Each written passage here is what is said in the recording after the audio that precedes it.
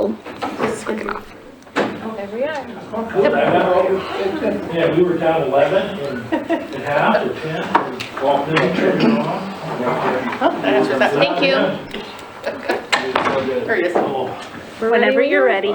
Super. All right, let's call to order the City of Hayden Planning and Zoning Commission meeting and joint workshop with the City Council. Can we get a roll call, commission members, please? Chair Davis, Present. Vice Chair Taylor, Here. Commissioner Howard, Commissioner Gibson, Here. Commissioner Prickett, Here. and Commissioner Bemis. Here. We want to acknowledge the City Council. Sure. Council President Roder, President? Councilmember DePriest, Here. Councilmember Satterfield, Yes. and Councilmember White. Yes. Super. And we should set up the Pledge of Allegiance for us, please. You said me? Yes, sir. I pledge allegiance to the flag of the United States of America and to the republic for which it stands, one nation, under God, indivisible, with liberty and justice for all. Do we have any additions or corrections to our agenda tonight? I'm hearing none. Thank you. For the commission members, are there any conflicts of interest for any of the agenda items tonight? No. Okay, very good. Next issue is to approve the consent calendar, which consists of the approval of minutes from March 7th, 2022. Do we have a motion? We have a motion to approve the consent calendar. And I'll second that. And we have a second. All those who agree with that, please indicate your consent with a yea. Yay. Anybody who doesn't with a nay? I'm hearing none. Let's move into the joint workshop with City Council. Well, that was way too fast. I think I have a copy of that, but I'll take the red one. Thank you. Thank you. So, we've been workshopping with kind of the city council through some questions that they have related to mixed use. And we felt that it was important that we kind of bring it back to the Planning and Zoning Commission to workshop before we took it to public hearing notice, just to make sure that we're kind of all understanding what everybody else is thinking, to be able to be on the same page as we move forward.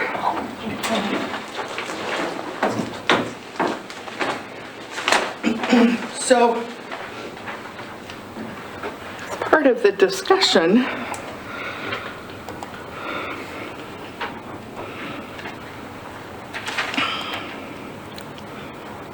I've just brought the slides that we used at the last council meeting and kind of morphed to the line a bit. That's not quite straight anymore. It's got a bend in it. But what we had kind of talked about is when looking at the future land use map, recognizing the fact that part of the city's mixed use is around existing corridors. So Highway 95, Government Way, Hayden Avenue, Prairie Avenue. And so those existing transportation corridors would facilitate potential multifamily that would develop on mostly smaller lots along those areas. And also recognizing that the properties that are kind of west of that line that's bent up here were primarily along the future Hutter corridor, which is just that, a future corridor and not an existing corridor.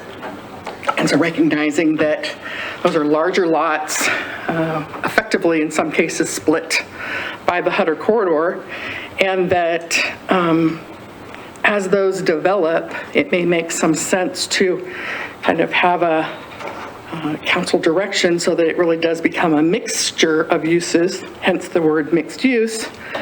And so to kind of identify that. So on the back side of the page that I gave you with all of the verbiage, I kind of took a stab at trying to identify what this means in an area in words. Probably did a terrible job of it, but, so, Sorry. So the idea of coming up with multiple mixed-use zones, is it more time and uncertainty based, or is it more the kind of land that exists in one side of the Hutter corridor or the other, or neither? I could defer to council. In other words, why? I would say it's kind of a mixture of both. Number one, yeah, it's more open land, undeveloped land, so it's probably more easily developed than infill stuff. Number two, I saw that the county has done a very similar thing. They've paused. They put a press release out December, what I did, basically because they don't know what's going to happen out there. There's no certainty, number one, that it's even going to be ever come to fruition, that the route is going to be as it is today. They've already changed it a couple times, but I think that's the primary reason from this end, and as I said, from what David Callahan has expressed, the lack of certainty of what's going to happen out there, as well as the fact that, yeah, it's primarily undeveloped, whereas stuff on the east side of the border is pretty well on its way, if not already developed, for infill development there. So I would think that's, at least, that's speaking for myself. So if I can ask a follow-up, is mixed-use type 2 a temporary zone that the council sees, or do you guys see it being permanent, or does that depend on what happens? As far as, again, I'm hoping everybody else jumps in here, but as far as I'm concerned, as it says here, when the Hutter bypass, what's it say about a notice to proceed with construction approval, I'm hoping that that means that the land has been purchased, everything's, T's are crossed, I's are dotted, and it's coming. And that once it's known that it's coming, that then we can look at, you know, what's happening in that area if someone comes in with a zone change. But until that point in time, where the council at the time would be certain that, you know, we're not going to approve something that's going to happen there, and then, folks, guess what? We changed again. We don't run into that situation. So is the answer a maybe then? It's temporary until you get your... Right. Yeah. Anybody from P&Z got any other questions besides one I'm asking? I don't want to block your thoughts here. I guess my only question would be that in those zones, we're showing mixed use in the purple there. Is it kind of in limbo until we know what's happening with the Hutter corridor, or does it just stay as, I mean, a lot of it hasn't been annexed in yet. To the west of the orange line there. In effect, yes.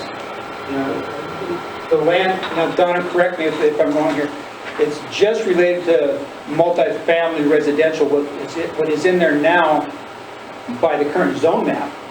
If someone comes in and says, hey, I want to do this, and it's in the zone map, then have at it, type of thing. But just with the volume of residential units that might end up along, you know, if you go back that, I'm sorry. Oh, that's fine. All of a sudden you have purple developing in the purple and apartment complexes and like that, and something happens where, you know, something changes. But other than that, the zone map is what it is. And I don't think, correct me again if I'm wrong, that we can really even say no. So, yeah, that's today's, right? Correct. Yeah. When would the future one be adopted? The future land use map exists today. That is I the, mean, when would it be, when would it become a mixed use yeah, zoned when would property? this actually go into effect? So like, when, at what point would we be taking property rights away from the owners or giving new property rights to the owners? Is that already, or is that? So today, this is the land use that exists out there.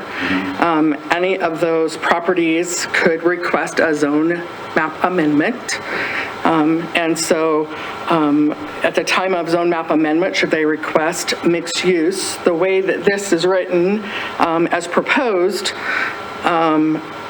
they could request mixed use, but until the Hutter bypass goes through, it could only be commercial, non-residential, unless they entered into a zoning development agreement that kind of identified how that would be constructed, or how dense it could be constructed, I guess, or, how what you're gonna allow there. Or they entered into did a planned unit development that also afforded the council the ability to kind of look at how that was being constructed. So let's say I owned something like the two crop circles there. Yeah. And the other slide, it shows the bypass going right through those circles. It does. And so what does it mean for the landowner that owns the circles? So at the time of The annexation, action that we take soon, how does that affect them in the future? good question. So at the time of annexation, they would request what they would want to construct there, what kind of land use they would be looking for. And so those crop circles are kind of split between two future land uses, one of them being mixed residential and one of them being mixed use. So if this were to come forward and be approved, then they would recognize that as of today, until Hutter is going to go through, that they would be limited in use in the mixed use. If they could enter into a zoning development agreement at the time, or annexation agreement at the time of annexation, on how they would want that to all get constructed. Or they could come back after annexation and do a planned unit development if they decided to do that before the Hutter bypass went through. Fauna, do you have something you want to add? So I think it's important to make a point of clarification on what Kootenai County has done and what they have not done. So Kootenai County commissioners were working on an overlay district, particularly north of our city boundary, in all of that purple that's in the county.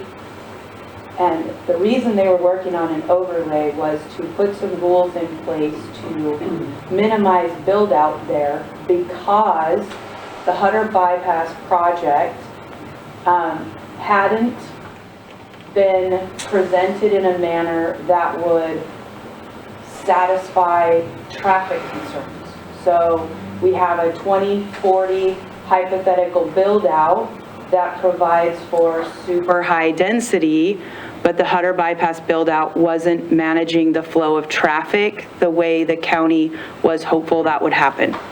So the only thing that's happened right now is the county is delaying its progress on that overlay district in conjunction with an agreement with the Idaho Department of Transportation, so that ITD could finish an ecology study, so that when that ecology study is finished, that they can further look at a more effective traffic flow analysis. So I want to be really clear on what the county has done and what they have not done.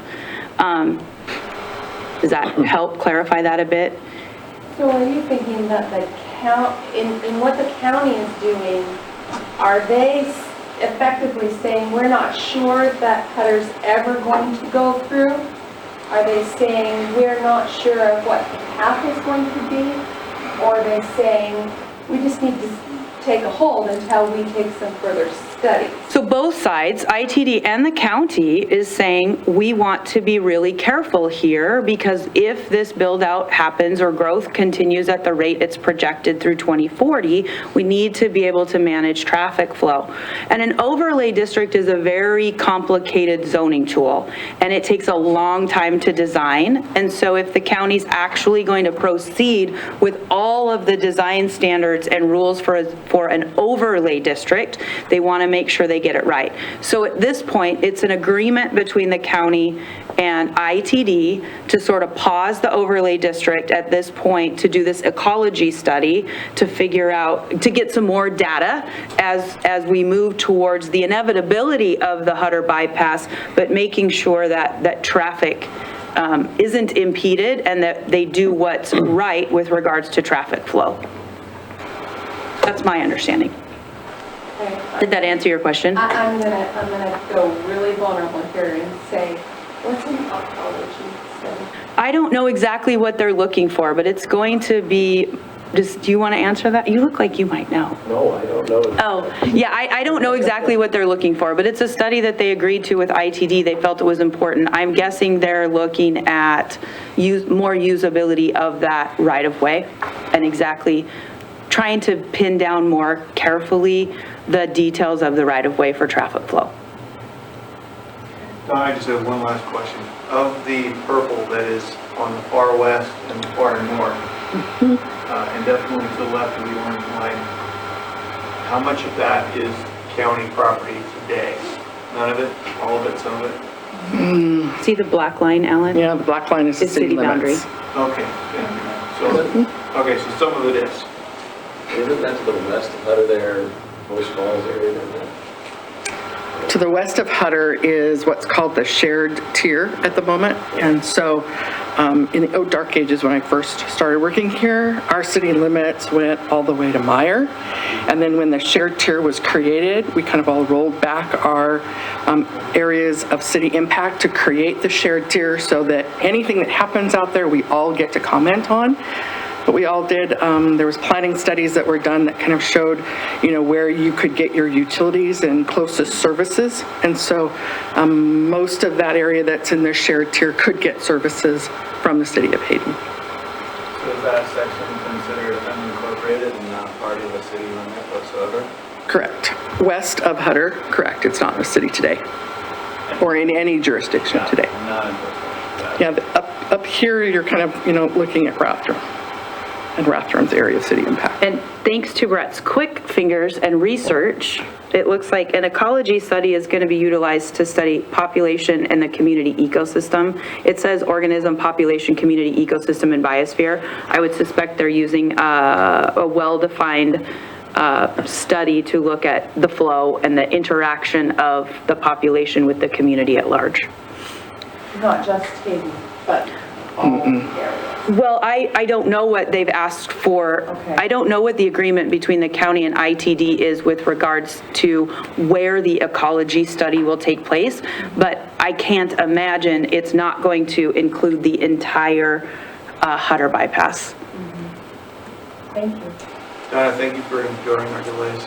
No. This is exactly why we're here. Don, can I? I guess a couple of things here, and I'll pass this around. This is the press release that ITD put out on December 14, 2021. And given the pending study, giving the pending study by the Idaho Transportation Department to investigate transportation solutions, including Hutter Corridor, Hooten County is putting discussions of zoning changes to accommodate the project on hold. This project has been in the planning stage for 2 decades, said Community Development Director David Callahan. The ITD recently took the lead in the project, and until we know the outcome of the study, we have nothing to act on. That's what I just said. That's what I'm saying. That's the ecology study. Yeah, that's what I'm saying. There's an ITD guy, I believe his name is Dana. Does any of you know any of the ITD people? And this is at the KMPO meeting last week, and I asked him about this ecology study. And he anticipates that it could be anywhere from 1 year to 2 years before they complete it. That makes sense. So at least for that time frame, for just this aspect of it, that's what he told me. So if anybody wants to see this one. So this may be a silly question, but again, we're looking at future land use maps. Are we going to be trying to be as proactive as we can and plan for the future, or are we just going to wait and see what happens and react? I think that we're trying to be proactive and plan for the future. That's the reason for comprehensive plans and the future land use map. And I feel like we all need to be on the same page with that. At times it doesn't seem that way. So I don't know if anybody else read the entire housing report. It was quite fascinating, but it went along with what I experienced in the last couple of weeks. So if I can take, I don't know if this is properly placed or not, but I'm going to just throw it out there. I had the occasion of driving from here to Provo, Utah, a couple of times in the last couple of weeks. And just in the last 3 months, there is building everywhere that was not there 3 months ago. And I pondered that a lot because it's the same thing we're experiencing here. It's not exclusive to us. It's not exclusive to our small town. But where I don't see the growth is areas where there are no jobs. And those small towns are identical to what they have been for the last probably 50 plus years. And when I read that study, it just verified everything I was seeing on the ground. And what I get is no growth means no jobs. Extraordinary prices driven because of lack of supply equals no housing options equals no jobs. They go elsewhere. So I feel like we need to be really careful, and we need to give our citizens options. Whether it means that, I personally like my single family home with my big lot, and so I think everybody should have that, and that's the way I want town to look like. And certainly my neighborhood and anything that connects to my neighborhood, that's what I want it to look like. But that is not the reality, and that is not what is best for our town, for Hayden. And we have to give our kids options so that they can stay. We have to give our labor force, because our wages aren't huge. So we have to give people who don't make $100,000 plus for a household options as to where they can live and still stay here. Because their jobs are what service us here. We have to give options. So I'm looking at this and what we're being asked to do tonight, and I'm going, are we saying we just don't want any residential out there in that Hutter area at all until we know it's going to be built? Or are we saying we want to put restrictions out there now and forever, or just now until? I'm not clear. Can I respond to that? Yeah, please. Did anybody here see 60 Minutes? Wait. Before you do, I'm probably like the newest guy here and the least experienced. Can I ask a question before you? Would that be okay? Sure. So I agree with what you're saying, but I think that there's some other side of the coin points that need to be made, which is where I think you're going. So I think that it would be great if my kids could live here, but I don't think that's reality.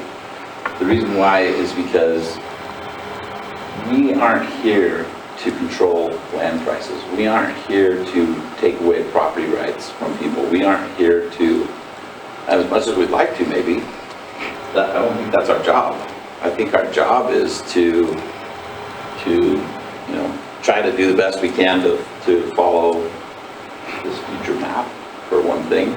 If there's something wrong, try to correct it. But I mean, to say that we want to have some low-income housing here, I mean, try that in Vail. It's not going to happen. You can wish it all you want, but it's not going to happen.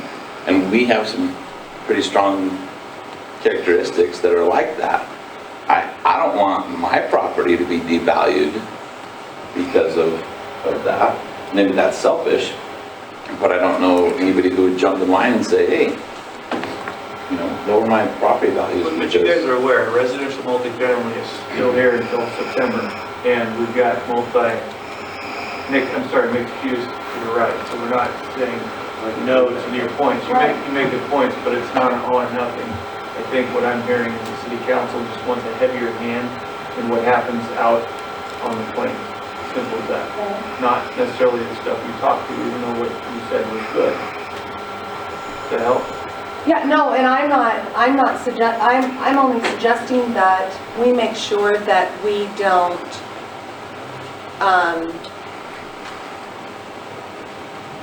limit housing options to single family only. And make it so restrictive that that's really all that is there. Sure. And I think that this map that we're looking at right here to the east is very well thought out and graduated so that you don't have large apartment complexes butting up to single family, that there is a graduation of that. I think that we worked through that a lot. My question is are we trying to do that on this side, or are we just trying to do that as a temporary thing right now? So. Well, okay, I think my question was, did anybody here see 60 Minutes last night? This is kind of to address the conversation to some degree of what you just said. I'm sure they stream it or whatever you can, so I would advise if you tech people who know how to get to their streaming, watch last night's 60 Minutes. They did a section on housing in the entire country. And as you said, this is happening everywhere. Everywhere. People around the country are moving, okay? And the situation that we're experiencing here, they're experiencing in Jacksonville, I think it was Florida, it could have been Mississippi or whatever it is. But prices are going up, and they talked about the corporate purchasing of anything, single-family homes, multi-family homes, and the study, I have read the whole thing. Yeah, it was fascinating. 54% of the single-family homes are being purchased by non-residents, 70% of multi-family here are being purchased by non-residents. The investors and the corporate investors are scooping up, and they talked about this last night, just about anything often before it even comes on the market. Sight unseen, overbid, cash only, just like we're seeing here. I've spent a lot of time driving Government Way, driving along the west side of the freeway there, driving the purple areas. And in fact, if we wanted to, but it would take quite a while, we could go to the Google Map thing, overview. There are a lot of good-sized lots along Government Way and in those areas, especially along the freeway there on the west side of 95, where there's mixed use on that map, where I foresee exactly that, apartment complexes. Volumes of residential, I don't know how dense it will be, but volumes of residential capabilities in that area. Can I put a number to it? No, type of thing, but I see quite a bit of potential there just on the side, as you say, as it's planned. And again, the northern part there, which is our ACI, I believe, and it needs to be annexed to that purple along there, as well as to the west there. So really all we're really talking about currently is the purple in this left corner, and maybe up there along Lancaster. Because until somebody comes to annex any of that other purple in, it's really a non-discussion item until it does come in. So we're really not talking a huge piece. And again, I don't know if someone correct me here, because again, actually, is there a PUD potential in that purple area that's on that map somewhere without naming names? I guess, I don't even know if I'm allowed to. You know what I'm talking about, Donna? You cannot address any particular conversations that any potential applicant has had with staff. Okay. Donna could identify parcels that would be eligible for a PUD. That's as far as she can go. Okay. Okay. Basically, any property is eligible for planned unit development in the city. It just has, conditions upon it. Just a second. Yeah. We're not really talking about a whole lot of area that we're excluding right now. We're trying to wait and see what happening, and the majority of it is right along where the Hutter bypass is right now. That southwestern corner there is where the majority of anything that we're involved in a zone change request for that type of property is really what we're talking about, and up along Lancaster until the northern part comes looking for annexation. Other than that, all of the property along Government Way and the purple along the freeway there's a lot of land for mixed-use requests. Well, it seems like we're kind of trying to do an easy overlay, I suppose you said the county system is really hard to do. Not the county system, an overlay district is complicated. It seems like we're just trying to basically put this MU1 and MU2, basically that area that we're not 100% sure is going to be the Hutter bypass. It's like, well, let's just not, as much as somebody starts doing the mixed residential along Lancaster and then Mixed use. Sorry. They start doing that along Lancaster, and then the Hutter bypass doesn't go in. Does that really make sense for that area? So let's see if it's going to actually occur. Now, in the spot in the southwest corner, I think that's probably where you would see people jumping on it right away because it's a big elephant's gone that way. And if you've ever set up that stop sign at Hutter and Hayden or Hutter and the next one down, Lancaster, those things get so backed up right now between 4:30 and 5:30. You start adding that type of density in there without the proper roads and knowing what's going to go in there. We wouldn't be doing anybody a service.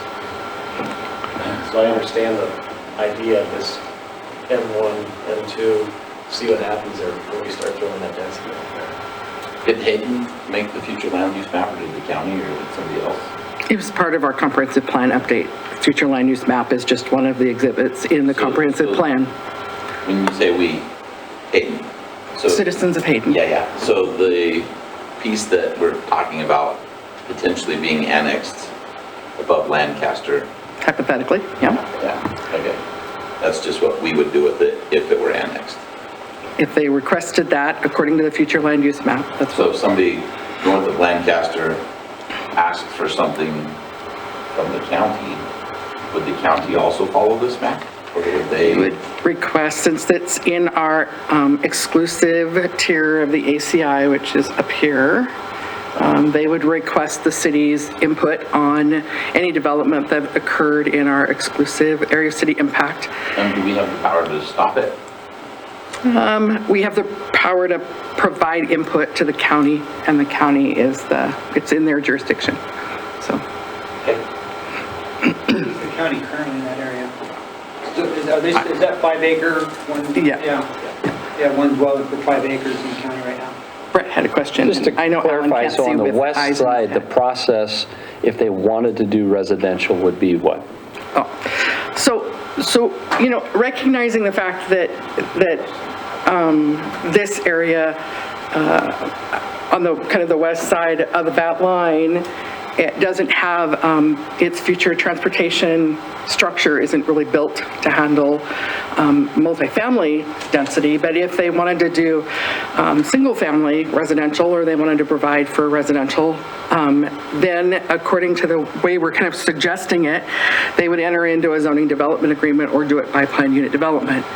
All of the kind of the suggestions that we're doing here, it doesn't completely limit the use that's around that area, but it recognizes what's in Chapter 4 of the Comprehensive Plan in the Land Use Chapter. And so it's a mechanism to actually, point back to that Chapter 4 land use of the Comprehensive Plan that identifies that you need to have certain things in place in order to meet your goals and policies in the Comprehensive Plan. It's just that everybody always looks at code when they're trying to figure out how to develop, and then they come forward and you're saying you have to meet the requirements in the Comprehensive Plan as well as the zone that you're proposing. So, I want to kind of just digress just briefly, and I'm probably stick my foot, but anyway, this is Hayden Canyon that's up here. And when Hayden Canyon came forward,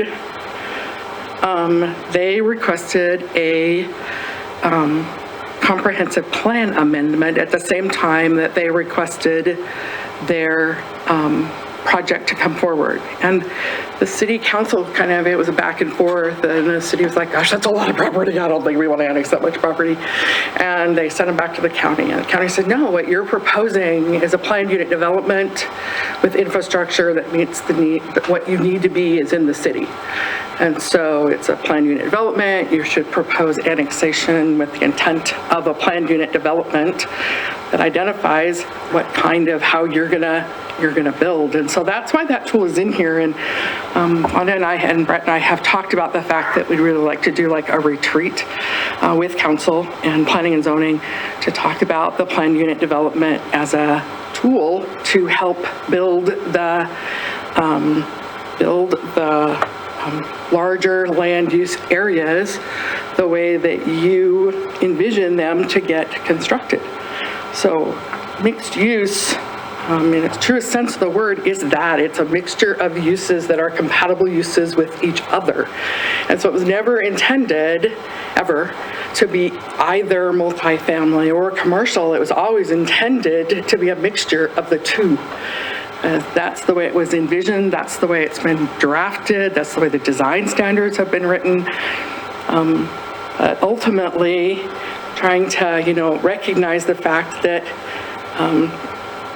we need to meet the requirements of the goals and policies in the transportation network. We're trying to get kind of everybody comfortable, developers as well as council and commissioners, comfortable with how we envisioned it to function. But then that's kind of where this section of code came from. When did this all start? When was the date of the new future land plan? The actual adoption of the comprehensive plan was in like November of 2020. When did everybody start saying, all right, let's focus on this? Several years ago, 2000, I don't know, when did it? 2018, 2019. Thank you. Pre-COVID. It started before I got involved. And that's all I knew was longer than me. Can I tack onto that a little bit, because it has come up in discussion here. This is 2022. When they began this in 2018, 2019, we were not in the situation that we've been in the last 2 years, and the acceleration of people moving up here as it has the last 2 years. And a discussion that I've had several times, I guess you could say, is that when the process was begun, and they had the workshops, and they had all the things that we did to develop this 2018, 2019, it's highly unlikely that the people in that process foresaw what has happened here the last 2 years. And it's projected that barring an economic downturn, which we could easily have, and in which case if we did have, that population that we're talking about will probably, as far as workforce population, will probably be the first ones to suffer. Even if prices do drop, they're most likely to be out of jobs, et cetera, and still not be able to. People come in with more cash and scoop it up and keep renting it. But still, the point being, 2018 and 2019, I don't think people foresaw what has happened the last 2 years and is projected to happen the next who knows how long in this area. Is there such a thing as we have a color, or that we could put up on the map that says this is excluded from investor property and it has to be occupied by the person that owns it? Is there Deed anything like that? restriction, we don't have those in Idaho right now. Do they exist elsewhere? Other states. Yeah. So the issue with the state of Idaho and city government authority is that we're what's called a Dillon's Rule state, and the Supreme Court, that's a Supreme Court decision. And so Dillon's Rule, Idaho Supreme Court, says that municipalities don't have authority to enact any local legislation that they're not expressly permitted to do by Idaho code. So until the legislature at the state level puts together Idaho code that puts rules in place, I mean, we can do deed restrictions on a voluntary basis with developers, but we can't mandate deed restrictions, we can't discriminate against purchasers, we can't offer property tax breaks for certain types of development, so that's not a no. steering mechanism that we have. That is not a mechanism we have available to us in the state of Idaho. Yeah.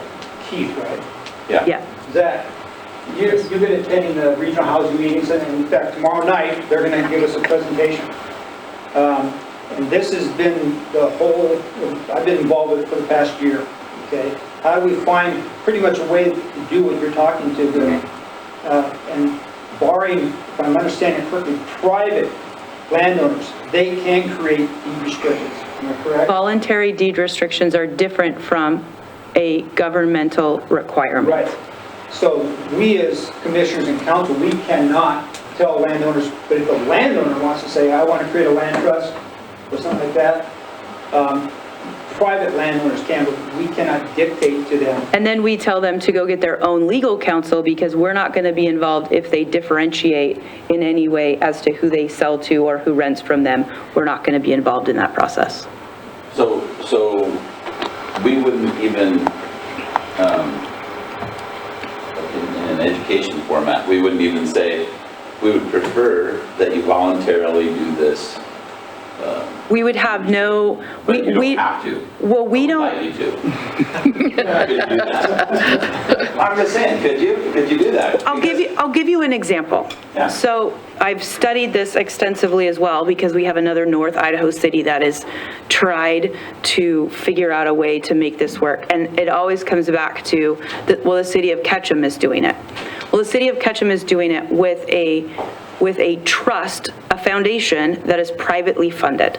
So when the developer comes forward and says, I will voluntarily offer deed-restricted properties, there's a private foundation that has the financial mechanism to give them credit for that. So no other city other than Ketchum has been able to find or put in place a privately funded foundation for that. Second to that, the city doesn't have a housing arm. So the city council in any city in the state of Idaho, if they want to get involved in the housing crisis or workforce housing or anything related to housing, the city government itself needs to have a funded housing arm. And we don't have that here. I'd like to chime in a little bit. There's a big difference between the Planning and Zoning Commission and the City Council. And I appreciate what you guys do and ladies do. Big difference is you're looking at growth, zone changes, land applicants wanting to develop. We look at that too, but the big difference is we have to figure out how to pay for the road. And the bottom line is we can't afford to fix what we have now with roads. We take in about $1.7, $1.8 million in property taxes. The roundabout at Honeysuckle and Ramsey is over $1 million. It's one. So how do we, and if you can help us answer this, I'd love to hear it. How do we pay for this growth? Oh, well, we'll raise taxes, right? Is that what we're going to do? So let me finish. Okay, I was going to answer your So I question. can. Yeah. So now we add in public safety. We know that the sheriff wants 12 or 16 more deputies to meet the ratio of whatever per thousand you have 0.2 or 1.2 deputies. We have Northern Lakes Fire District, which is the fire district that provides ambulance service and fire protection. If you read that article here recently in the paper, we're at a critical point. So how do we pay? That's what we have to deal with. When you look at us, I hope we're not looking at, whoa, you guys are just anti-growth. That's not the case. I want to know, how do we pay for this? And the impact fees don't do it. I think at one point, and I don't know where they're recommended now, but they were like $1,600 for one lot. We can't nearly pay for. And I know you can only look at what the impact of that development and that lot has, but when you look at it and the accumulation of all this growth, it adds up and it adds up. It's not going to get any better. I think Hayden Canyon alone has 1,500 homes that will go to. How are we going to pay for that? You know, That's more residential or commercial? Pardon? What pays more taxes per? What's the value? Whatever the assessed value is. It's the same whether it's commercial or residential?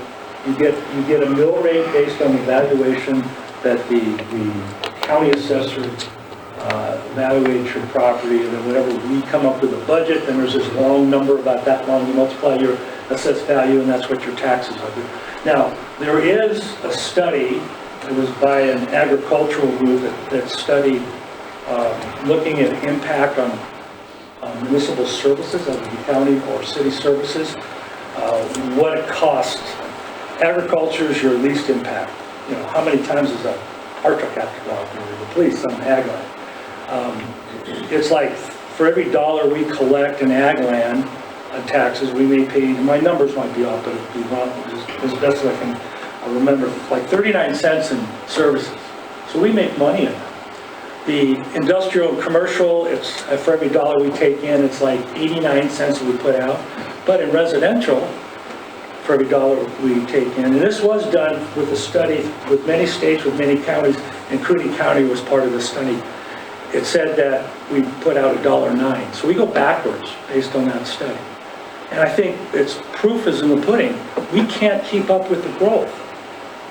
So, I mean, that's the dilemma we have to figure out. How do we want our city to be safe so we can have fire protection, police protection, and the biggest complaint I hear, people hate the traffic. How are we going to fix that? Or are we just going to say, put our heads in the sand and go, let's just keep building. Well, it'll get done. It's not going to get done.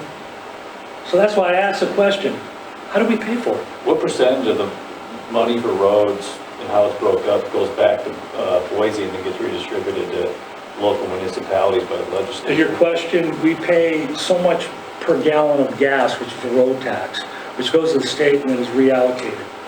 I don't know how they calculate, but we also collect sales tax monies, and it's appropriated by some formula in liquor tax, and Brett, what else am I missing? Oh, income tax, do we get anything out of that? We don't get any income tax. I mean, we've got the sales tax, the gas tax, so to speak. I think we're getting it back about 800 and something thousand, if I remember right. We have to justify spending that amount. I'll have to look at that, but it's the amount that goes. Yeah, I don't know. We get a small amount back. So we get like based on 5% back, or do we get 50% back? Or I can't tell you. I can't tell you. I don't want to be. 5%? What, 90? No. No. Less than 50. Yeah, less than 50. Okay, that's you. Well, our levy rate's what? So it's 5 times less than what Post Falls is? Well, adding to council's frustration is, I don't know how long everybody's lived in this town. We tried to get a few more deputies. We tried to raise a tax, or levy a tax just a couple of years ago, and of course the voters found it down. So in some ways our hands are tied. Yeah, so how do we pay for growth when the citizens don't want to pay for growth? Why don't we up the impact fees, is there a limit to that? There you go, that's one option, but there's also a limit to where you can go with that. So that's by a percentage annually or a dollar amount per parcel or something? It's still limited. You have to justify it, and I'm on the impact fee committee, and we're looking at definitely upping it, but it's nowhere near where it's going to pay for new But roads. if you want to slow the Eventually you're gonna growth, where make an people- impact fees come. Yeah, eventually if you make it too high, people won't invest in here. No, I don't believe that, at least right now. I don't think we could charge that, so we can just go in dry. I don't So think let me anybody's make gonna a complain right comparison here, so put it in perspective. Coeur d'Alene, Grafton, and Post Falls, their labor rate is about 5 times higher.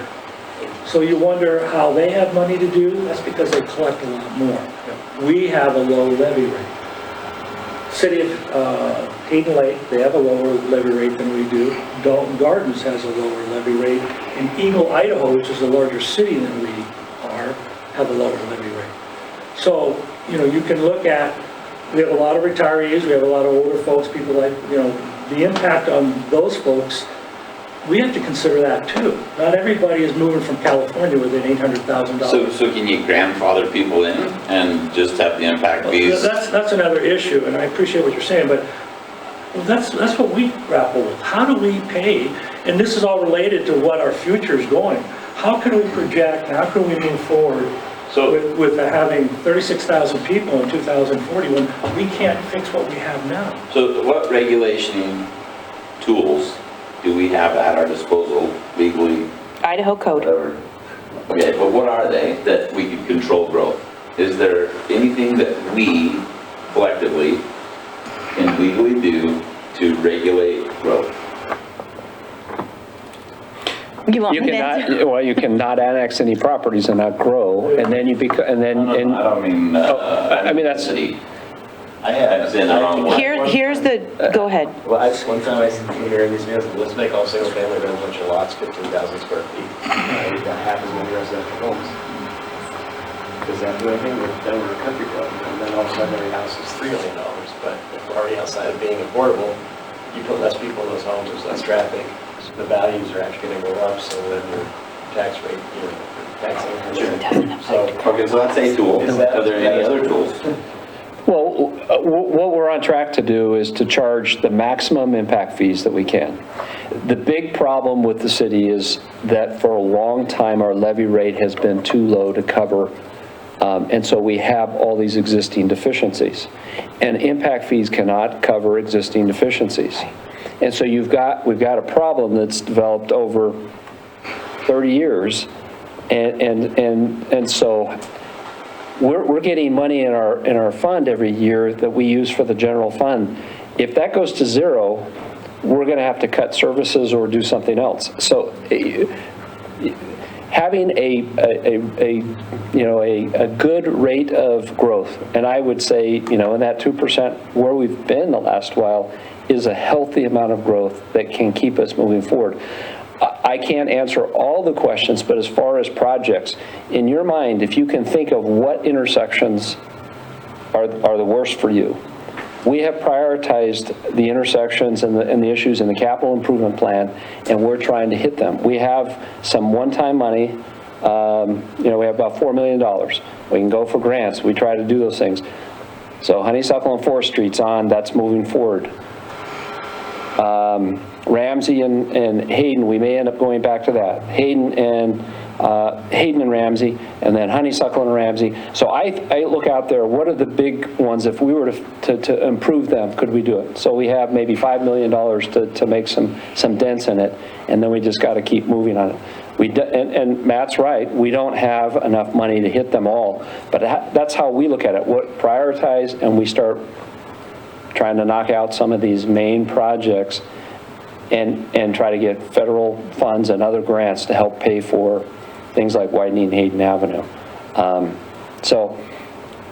think another thing that hasn't been mentioned, you touched on it a little bit.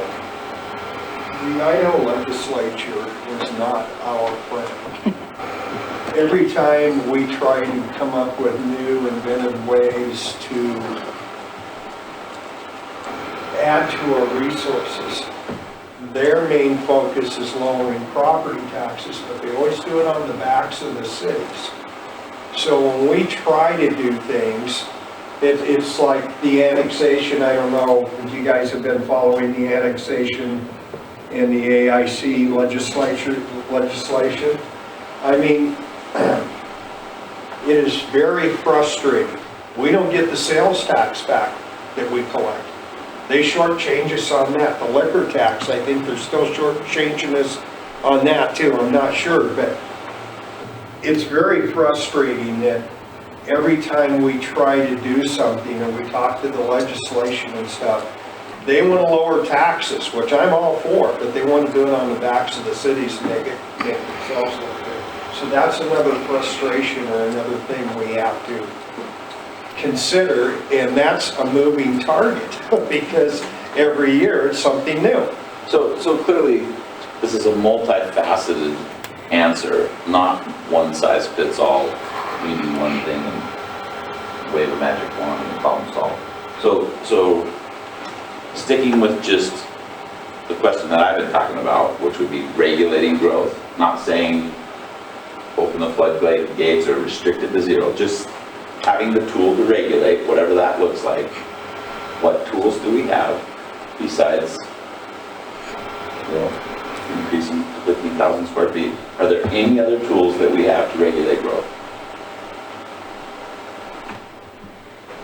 You have to be really careful when you talk about amending zone text. So our other aspect of the perfect storm that we haven't talked about is we have density build-out allowances that were already applied to each of these parcels previous to our comp plan work. So there's a zone, that zone is allowed to build out to a certain density. So when we talk about scaling those densities back or only allowing single family on a 15,000 square foot lot, we have to be careful that we don't run afoul on individual applications of a takings claim. Sure, sure. So, another tool always is a moratorium. You don't meet the legal requirements as articulated in Idaho code for a moratorium. So you are using all of the tools right now that are available to you as far as getting input from agencies on these applications, taking a hard look at zone text. But zone text amendment, city-driven zone text amendment, separate from an individual applicant asking for something, has to be balanced very carefully with private property rights because the Local Land Use Planning Act requires it. So you're using all the tools that I'm aware of right now. Your levy override, I mean, Matt has addressed it, increasing your levy rate from a financial perspective would help, but that doesn't limit growth necessarily. I think there's two other things. There's another thing that we've been trying to do to get to, and we've talked with FCS about, and frankly, we haven't had enough staff time to get back to it, but creating a model, so when somebody comes in with a subdivision, that we have a model that we can plug the numbers in that basically looks at the cost and benefits. So we're basically doing a cost-benefit analysis of having a subdivision come in, and then we can determine and say, okay, what are the impacts? Is this one we want to bring in? And then you have this, if this goes forward, you have this tool of, it's an additional step that you may have to go through each of these subdivisions and modify them or put them in the condition you want that, so that they fit. So you have an additional step that would go to P&Z and to council, which would be the MU1 and MU2. If we can get also a model, I think it would be helpful for the city to be able to, numerically look at, when they come in, what are the impacts going to be? Because currently, and frankly, I go to the state and I talk with others, I couldn't find a city that's using a model to put financial analysis, cost benefit analysis to subdivisions that are coming in. And so it's been hard to find a software or someone that can do that. But if we can solve that, we've talked with FCS, our consultants, and they think they can help us with that. And so we got to get back to that. We've just been, we're all underwater right now. So Every city would love that. It would seem like yeah, that's yeah. kind of business 101. Yeah. So one more question on something. What Roger said, last year, the Idaho legislature, correct me if I'm wrong on this, is that what we can do as a city, we can take a 3% maximum. We can take one. We've been taking 3% because that 3%, I think last year was in the $50,000 to $60,000 range in the increase. 50. In taxes roughly. So if we take 3%, that's what we get. But then we have what's known as new construction. So anything new that comes in, we can also get taxes off of. Last year, they had a legislature say, well, you don't get 100% of that. You only get 90. So see, we're now getting our House Bill 389 income stream is getting restricted, and then the impact fees that we have for new folks, we have a parks impact fee, so every lot has to pay that. We have a public safety impact fee is for the construction of a building or an office, which we have like $50,000, $60,000 in there, and then we have the circulation, or that's the road impact fee. And the last time I remember it being around $1,600 per lot. It doesn't go very far. So that's what we have to work with. And we have to solve the problems with not a lot of money. And actually, over the years, the city has, with the employees, they've done a great job. I mean, we've got nice streets, they're just crowded. We've got good snow plowing, we've got great parks department. I mean, we do a really good job with the money that we have, but the growth, the impact of growth, I don't know how we Why do some developers then have private roads? Like I see, signs are blue, right, or private roads? Why, would that, I mean, certainly if somebody builds a housing development and becomes a private road, and then on out, that's the decision the people that bought there made. That's part of the covenant or whatever you want to talk about, and the city's free from there on out when plowing it or maintaining that road for the lifetime of that subdivision, correct? Couldn't we just make the developer bear that cost to the people that live there? those people come off their public road or private road and go on public roads, and then it adds up too? That's part of the problem. I'm not saying we don't take away their impacts, but I'm saying we can Do both. Another thing Matt has been an advocate for, so urban renewal. So they're up close to $5 million in there, and Matt has been an advocate for using that for infrastructure, particularly for roads. And so we're looking to maybe use some of that, we're hoping, for helping on Government Way. And so I look at, so there's several million in urban renewal, and we've got several million. That's why I say, what are the top 5 projects? If we were to fix those, how do we look? The problem is that urban renewal has a geographical area, it's a district. It's much smaller than the city, so that we can only use urban renewal dollars within that district, so that restricts us. Where is that? They started a rec district in Schweitzer to take care of the suburbs up there, because the rec district can do transportation in the area. So we also built bike trails, but we also took care of the roads up there, so it's kind of an interesting way to, another way to skin the cat, kind of. Where is that district that you're talking about? The smaller district? Do you have? I don't have a map. I don't have it. It's mostly Government Way Right, and then Hayden. it cuts across and then, Lancaster. Lancaster. Can I make a suggestion? I want everybody here, please, to get your questions answered, and this is excellent exchange, but I know tonight we're supposed to be here to discuss proposed text amendments. Can I just say one thing real quick about this? I think one of the main reasons we're here tonight is that during the election, people spoke, and they were hoping to introduce lower density in Hayden.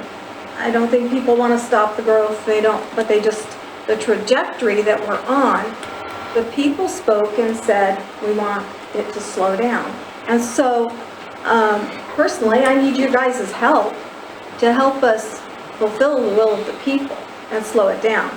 And so, yes, we want our kids to be able to live here, and yes, we want homes that are affordable, but from what I see, from what Ed spoke about the 60 Minutes article, is no matter how much we build, people are going to buy it. We can't guarantee that if we make this many houses, our kids are still going to be able to afford them.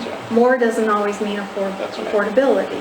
So we just really need to keep against investors. Yeah, so we just need to keep our eyes on the goal of doing what the citizens have asked for. And they've asked us to help slow this down a little bit. They see the traffic, they see the taxes, they see all this, and we just need to keep our eyes on the prize, and that's what the people want. So what mechanism do we specifically, not the councilman, but we as planning and zoning, to know what the voice of the people is? Is there some mechanism that tells us that the community, I mean, isn't it our responsibility to represent the people? Is that not what we're doing, or is that not what we're doing? We're not elected. No, we're not elected, that's what I'm asking. What am I supposed to do? You guys are on a free ride. We're a tool of the city, council. Our job is to advise. So you guys say what you want, and we help make that happen, is that it? Yeah. You are the filter to council, Yeah, so. that's it. We serve the council. And how do you guys know what the people want? What mechanism do you have to, because I agree with that. Anybody that I talk to, amen, but how do we know that except for just by the conversations that I have with, people in the I community? propose that we do a survey to every resident. Ooh, I love that. in Hayden. I do too, I love And that. and you'll have concrete, like, for example, the comprehensive plan during the Imagine Hayden, there were 33 individuals that were interviewed, and then they did like a graph of one side of this issue, the other, you put dots on it. I counted them, there's about 70, they go a little bit more, a little bit less. And then there was about, I don't know, I'm going to say 80 or 90 other individuals that were surveyed through other events. So that was only a couple hundred, maybe 200 to 300 people that the input was taken from those folks to create the comprehensive plan. I believe there was a disconnect between that input in the comp plan. My proposal would be that we survey everybody in Hayden, find out what they want. And we use that. Proposal, I'll second it. Well, but we have to also acknowledge that there's a devil's advocate there. You talk about how the people voted and what they want. The fact is, it was 8% of the city voted. It was a slim minority. So what I see happening here mirrors what I see happening nationally, which is you get a very organized, motivated, slim majority, or minority, I apologize, driving policy for a city. It would be great if everybody would step forward as good citizens and fill out whatever we ask them to, but we can't, at gunpoint make them do it. So I'm not trying to boo-hoo any idea. We just have to kind of keep a perspective on who's going to answer, and are we really capturing the apathy of the city, I'll call it that. And Alan, can I add? As opposed to the little vocal minority. Can I add to that? So I think it was our joint workshop last time, Donna, where you presented the cost of the comprehensive plan efforts to include public engagement, the cost of the consultant, the staff time. So it was a $467,000 endeavor. Not counting staff time. Not counting staff time. So if you're leaning around circling back into public engagement for this purpose, first and foremost, I would say we would need to have a consultant that facilitates that, which is costly, and because your staff does not have time to be creating, sending out, reviewing, and analyzing 17,000 survey responses. We organized volunteers to do it. No, you need... Anyways, with the survey, if you want an accurate, it has to be a scientific survey. Yes. It can't be, we send it to everyone and whatever comes back. That will not tell you what the citizens want. You have to do a scientific design survey, and it'll give you a plus or minus of certain, tell you what the citizens really are thinking. My Facebook followers don't count. No. But in that $450,000 that went towards the comprehensive plan, how much of that was actually towards public engagement? Yeah, I think we broke that down last time. I don't remember exactly. I just want everybody to be aware, if you're going to lean that direction, your staff can't do it. They don't have the manpower, and it has to be a scientifically created survey with multiple mechanisms for sending it out. So people need to be able to answer on the website. They need to receive emails. They need to receive direct mailings with an opportunity to mail their responses in, because not every citizen has the same equal access to technological ways to respond. So it's a meaningful and It's a hell of a rabbit hole. it is. It's useful. I mean, and I'm not disagreeing. I just want you to be aware, if you go down that road, you're looking at needing to commit some funds to that. I don't think there's one way to engage the public. What Matt brought up about a survey, great idea. Town hall meetings, do like I do. I go get my hair cut. People look at me and go, why do you get your hair cut? Well, because the hair salon where they do nails and everything, it's one of the best avenues for finding out how the community feels, because you have such a broad expanse of people that come in there, and they're not afraid, as a councilman, they're not afraid to give me their opinion. So you kind of have to go to them to really find out the flavor. Because like Alan said, if you try to get them to come to you, it's very difficult that you're not getting this, like you said, an organized group and stuff. So I think there's multiple things we have to do. And you can to actually find out. You can use that feedback for your legislative decision making. So zone text amendments, making change to the actual code, but you can't utilize that feedback that you receive from citizens on a quasi-judicial hearing, because that becomes arbitrary and capricious. You can only utilize the record in front of you, what's been presented, what's been filed as an objection, what have you heard at public hearing. You don't get to utilize in your findings or your deliberations, well, my community who elected me or my constituents don't want growth, so I'm opposed to this particular application. That's already been deemed by the Idaho Supreme Court as arbitrary and capricious. So you have to rely on the evidence in front of you on that application and provide it to you in that public hearing, or as council gets at this stage, the full record.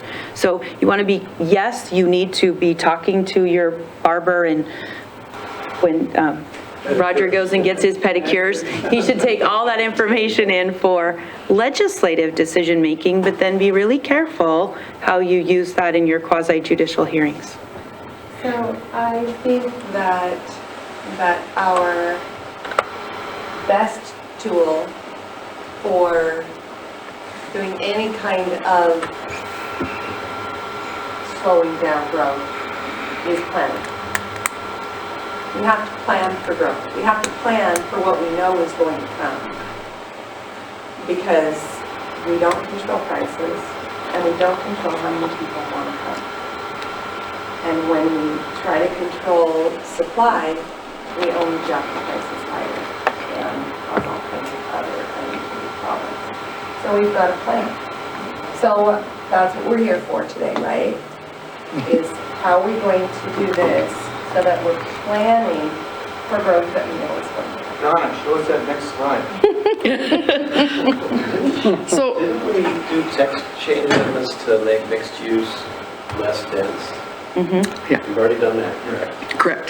So now what we're doing here is saying, okay, the mixed use is good here, but you can't do it over here yet until we know what's happening. So that's basically the purpose of. Yep, that's what we're I think it answers too, trying to answer what the public has said, you know, reducing a little bit the density and stuff, that this is a compromise, looking at this based on the fact that we don't know what's going to happen there, that if we put this in place, we don't have to go back maybe and do. And again, this will be a council, go back and redo everything, that this maybe accomplishes what you heard during, you know, from the folks. And, The line will be a little different. So, it could be. so I tried to take a stab, and that's what I passed around to everybody, was trying to describe what we were kind of talking about as far as what MU1 and MU2 looked like in verbiage. And so MU1,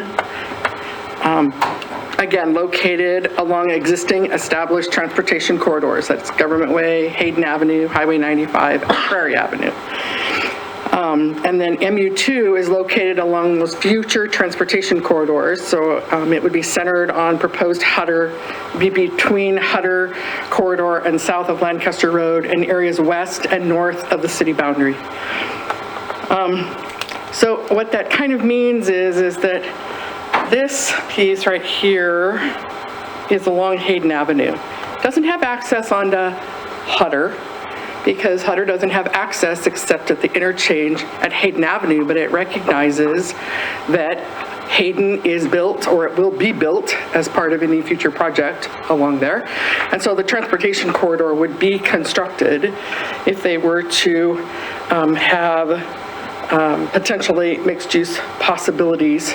And again, they're not zoned that today. It would still have to come forward for a zone map amendment, but those are properties that are inside the city limits.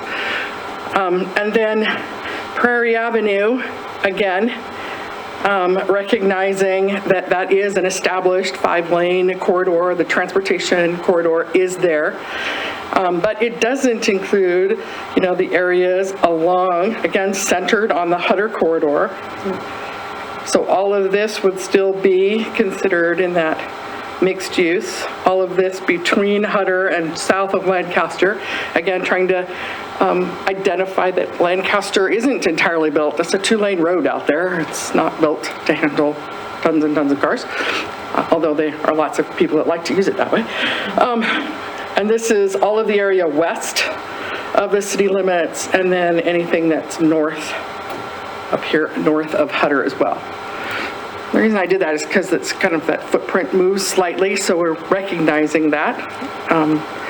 It also, the way it's written is that, you know, basically we're trying to say that, and I have posted this, Matt has heard me say this, Council President, Roder, whoever. Anyways, he and I have talked about this. I'm not married to mixed use and never have been married to it as a proposal, but I've driven a lot of freeway, driven some you know, deeper than normal freeway, and I've driven at-ground freeway, I've driven 2-lane separated freeway, I've driven 3 and 4 lanes deep freeway. And this is a not built environment. If you're in a built environment and you put the freeway through, you go through houses, you got houses on both sides. You got great big cement walls that are up and there are sound barriers. There's no house developments out here. So it's prairie and it's grassland, it will develop. So if you're developing and you know you're gonna be next to a freeway, what do you want out there? Is it like industrial? Maybe. Is it commercial? Maybe. Is it a mixture of multifamily and commercial? Maybe. Multifamily is inherently a little taller, it helps buffer the noise just strictly by building footprint, if nothing else.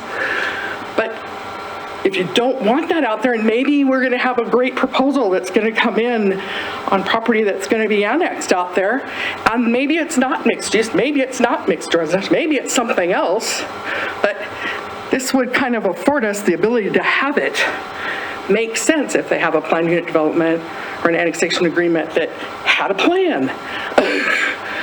And it would still match our kind of direction of that mixed-use, commercial, residential component. I'm only 16% of the P&Z, but this makes sense. The text, I think, is written well. What would you like from planning and zoning committee? I just want to make sure that you guys have got all your questions answered back and forth, and then council can potentially give us direction tomorrow night. Because you guys wanted this because you wanted to look at it more, correct? We want to hear from you, what you're thinking, and we want to deal with it. I mean, now that I have all the facts, again, I've hit the point where I've concluded this is smart. I don't have any issues with this at all. Yeah. So Does it make sense? it'll come to planning and zoning on a public, yes, it makes sense legally. It'll come to planning and zoning at a public hearing first. So this is zone text amendment, so it comes to you first at We're going to chew this again. public hearing. What I think council didn't want to have happen without this opportunity is it come to you for public hearing and you guys not have had a chance to dialogue how we got where we are and maybe have some giant question marks, That would so. have been the case had we not met tonight. Right.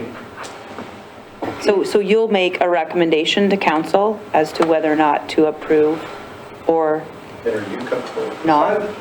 That's what, can you go back to the text? Oh, yeah, sorry. And the only, as I look at it, and I worry about somebody coming in and saying, well, MU1 says long exist, and we've exchanged emails on the specificity of this because people will possibly try to play games with it, for lack of a better term.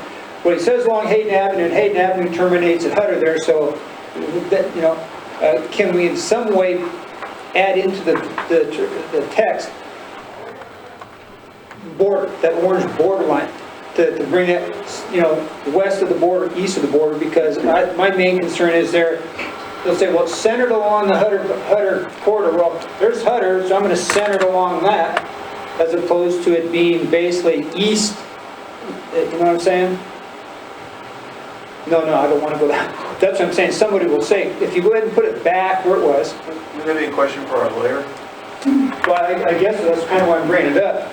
I'm concerned that someone will say, well, the terminology says along the established corridor, and Hayden goes all the way to it, and you don't say along Hayden with termination at Atlas or whatever that is, type of thing.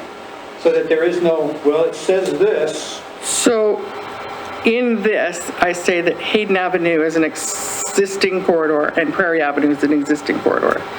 So I was saying that this area along Hayden Avenue would still be part of MU1, and this part down here on Prairie would still be part of MU1 because they're along existing corridors. See, that's where I'm going, which basically would allow somebody to come in with a mixed use that runs from Hutter eastward to the border of the county there. That's MU1. And it's on the But west. not up here. But on the south of that. Correct. Don, can you write on that board with a Yeah, Sharpie or not? go for it. No, can you delineate what stays MU1 then? Because I was under the impression that anything west of that orange line was. We were just playing with the But what orange you one. want to be really careful is not inadvertently spot zoning. Right. So that is not legal. So that's why you have along existing corridors, we will have an enactment date of this text, and you will have corridors that are in place on that date. Do you go more definitive by giving legal descriptions of what properties? You don't- You don't go that, Not in your text. okay. So that's the MU-M1 border you're drawing? Yeah. Okay, now it makes better sense to me. Because I thought that was all MU2.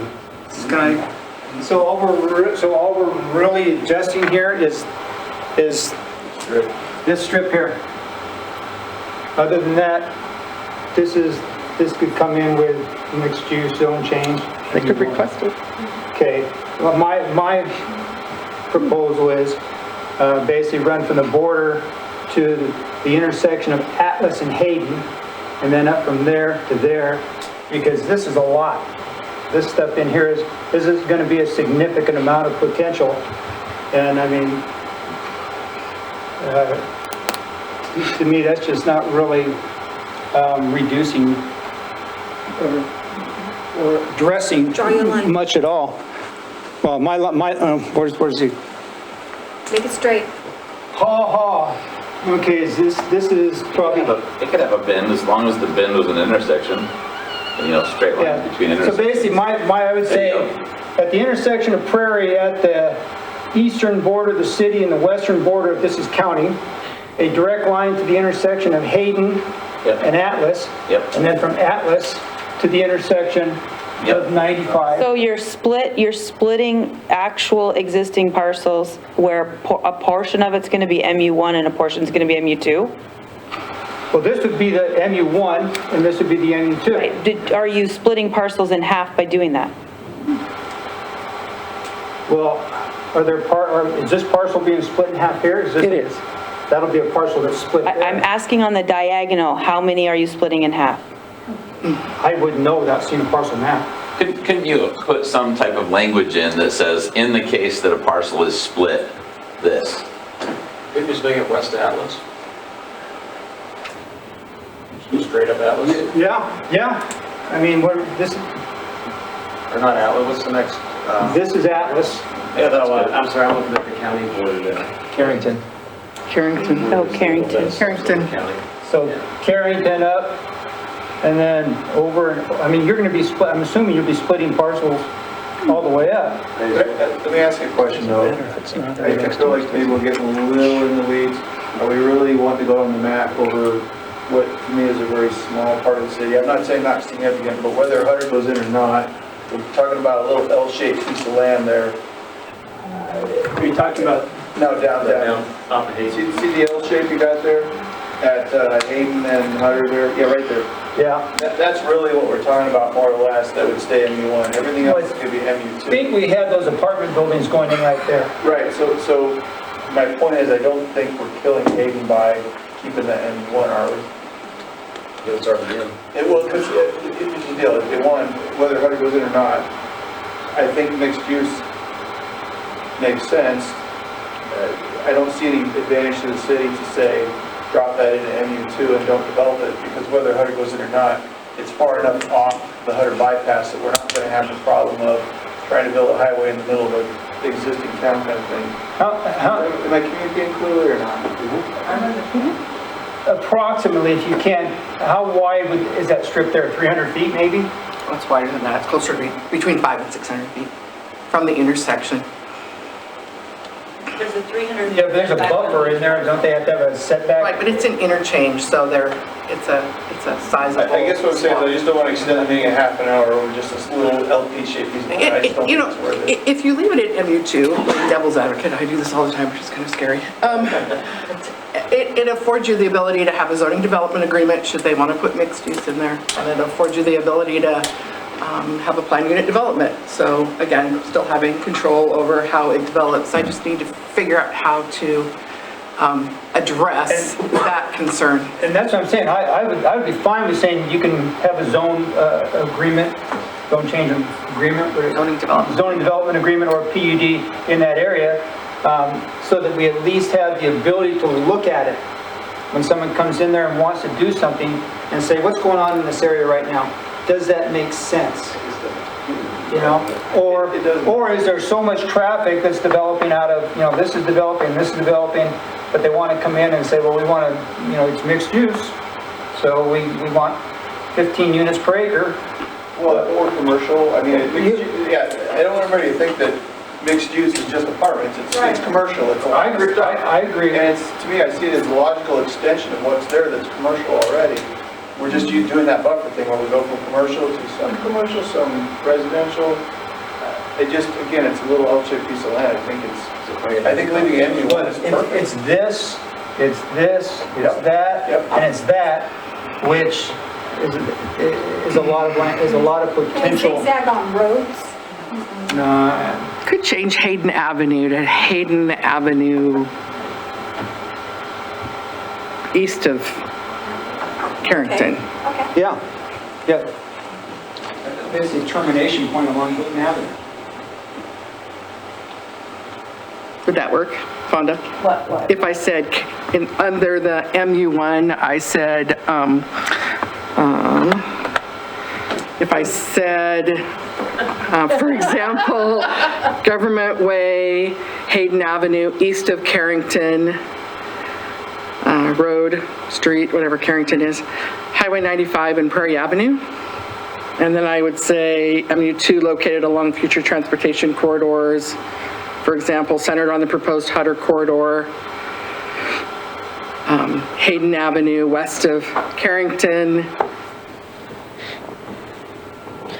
The only part I struggle with is MU2 is rooted in located along future transportation corridors, and now we're affecting parcels that are on existing corridors. Correct. That's my concern. My concern from a takings perspective. Correct. But they can still do. What is it now? They just have to make a little bit more. Different process. So They can still do it, but they have to come before us, yeah. well, so what are they zoned? What is the current zone in that exact little purple L shape?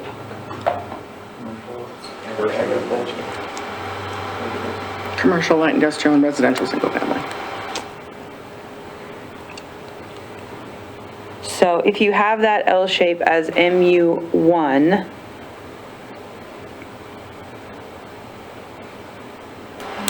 falls under the current. If you do it NU2, you put an extra layer of oversight on parcels that are on an existing corridor. That's my concern. Yeah, but currently, like in that commercial zone, if you want to do an apartment, With the CUP? CUP, which is another. Well, no, that got all removed. No, can't do. Well, I know, but that's what it was before. Right, can't do it now. The conversation about established transportation corridor, it raises a good point, because we're talking, the conversation is really revolving around developed corridors or not, whether it has development or not, and the language reads, is it a transportation corridor or not? Hutter Road is already a transportation corridor, as is Lancaster. So is the question of ambiguity in interpretation, is it being caused by the labeling of the transportation corridor as opposed to some other term? Or, because someone could say, you know, of course we helpfully give the IE, Government Way, Hayden Avenue, Highway 95 to clarify what we mean, but transportation corridor as it's used here isn't defined in code. So is that going to pose an issue? And I think that's what you're talking about. But go back to your diagonal line. I'm trying to get to words. So here's the other concern, and I've kind of let it go to this point. You're going to have mixed-use parcel owners on the east side of the orange line. Well, you're going to have mixed-use parcel owners on the west side of the orange line who now say, why are you treating us differently than my mixed-use partners on the east side of the orange line? And so we anchored that differentiation before in the fact that the Hutter bypass corridor wasn't established yet. So when we get off of that anchor, we are squarely into discrimination.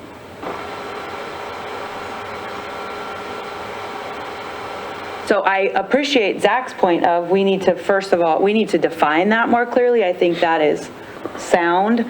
And then we really, really need to be careful that we don't move from that anchoring point into treating parcel owners who are otherwise equally treated in the code different. And just thinking ahead to applying this, when we get applications, which will involve all of us, because everyone would have to go through a zone map amendment to get mixed use in the first place. Since we're dealing with a zone that doesn't have corresponding parcels in the city of Hayden right now, which is kind of a unique situation, on the one hand, it gives us more flexibility because we're not directly affecting anyone's rights now.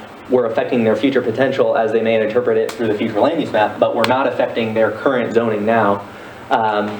So it would seem down the road, when we're addressing a zone map amendment proposal at a hearing, that's a second check on whatever they're proposing, and if there is concern at that time about what might be occurring, you would have discretion based on the standards of approval as long as it's justified to approve or deny that.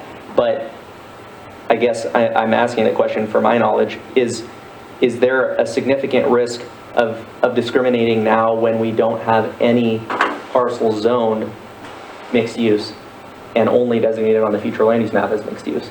No, now we're going to be squarely into what has rumbled around that I didn't want to talk about tonight, which is the risk of precedent setting. And then what we do after initial precedent is set with certain applications. But how does anything change? How did these changes come about? You know what I mean? We're not saying things can't change. We're just saying we have to have it properly described, defined, and we have to root it so that it affects everybody equally and we're not differentiating. Because you guys have to apply it at some point, and you don't want to be in a situation where you have to apply it. Sure. So the orange line before we drew a lot of blue lines. Right. Why was the orange line okay until we started drawing I just blue told lines? you I was uncomfortable with it before, Oh, you don't but we like rooted it in the Hutter bypass corridor, so I was okay with it. Well, really, the orange line doesn't need to exist if you're using the Hutter corridor. Once we moved out of the corridor and started talking about parcels between the orange line and the corridor, I think what's problematic. So the orange line was originally just kind of a vague line to give us some sort of boundary, but it wasn't really set. I misunderstood that. I thought we were saying everything left of the orange line is going to be one of these designations, and everything the other side is going to be the other. That's... So the pain point is basically sitting there. You have to have you treat those parcels there. Without treating them in isolation. Are we talking a mile, a half a mile, 4 or 5 miles of roadway? What are we talking? Can't we anchor it to something else? Can't we anchor it to, we don't have enough money to pay for these improvements, and so we're denying them because it exceeds our budget? That's an application by application analysis. But don't they all have to come get it? That's an application by application analysis. I think you asked a question there, and I was thinking the same thing. Approximately, and I know this is difficult now, what is the distance from Hutter to, say, Carrington? Quarter mile? I don't know. I mean, the thing of it is, you say, well, I think so. and part of the reason for this is, the discussion here is, what if, for some reason, they move the Hutter bypass in 200 yards? We don't know what they're going to do. So that would push everything that we say, okay, if we're just going to allow it here, then all of a sudden it gets moved in, and there's already those apartments there on the south side of Hayden type of thing. So the whole idea here, at least from my point, is, again, getting back to, we don't know exactly where it's going to be, and if we set that line there now, and they move it to the east, and we've allowed something to go in those L-shaped blocks, shall we say, then it really kind of defeats the entire purpose of what we're discussing now, because it'll be too late.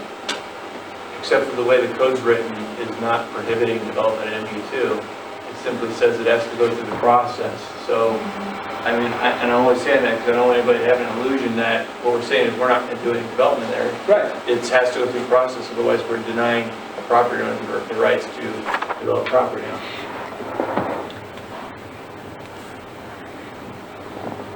So it could be regardless of whether it's M1 or M2, I'm sorry, MU1 or MU2, that something comes before you that you guys approve. Unless, I mean, I assume you can't say, well, we're just gonna flatly deny everything that wants to go in that L shape. I'm sure that's illegal, right? My concern is, and again, I've only been sitting up there for whatever it is, 8 weeks now, but for the past year, what I've seen happen is that someone comes in, and if it's in purple on that future land use map, and at the time they come in, they say it meets the standards, it meets this, and it meets that, basically have to give it to them.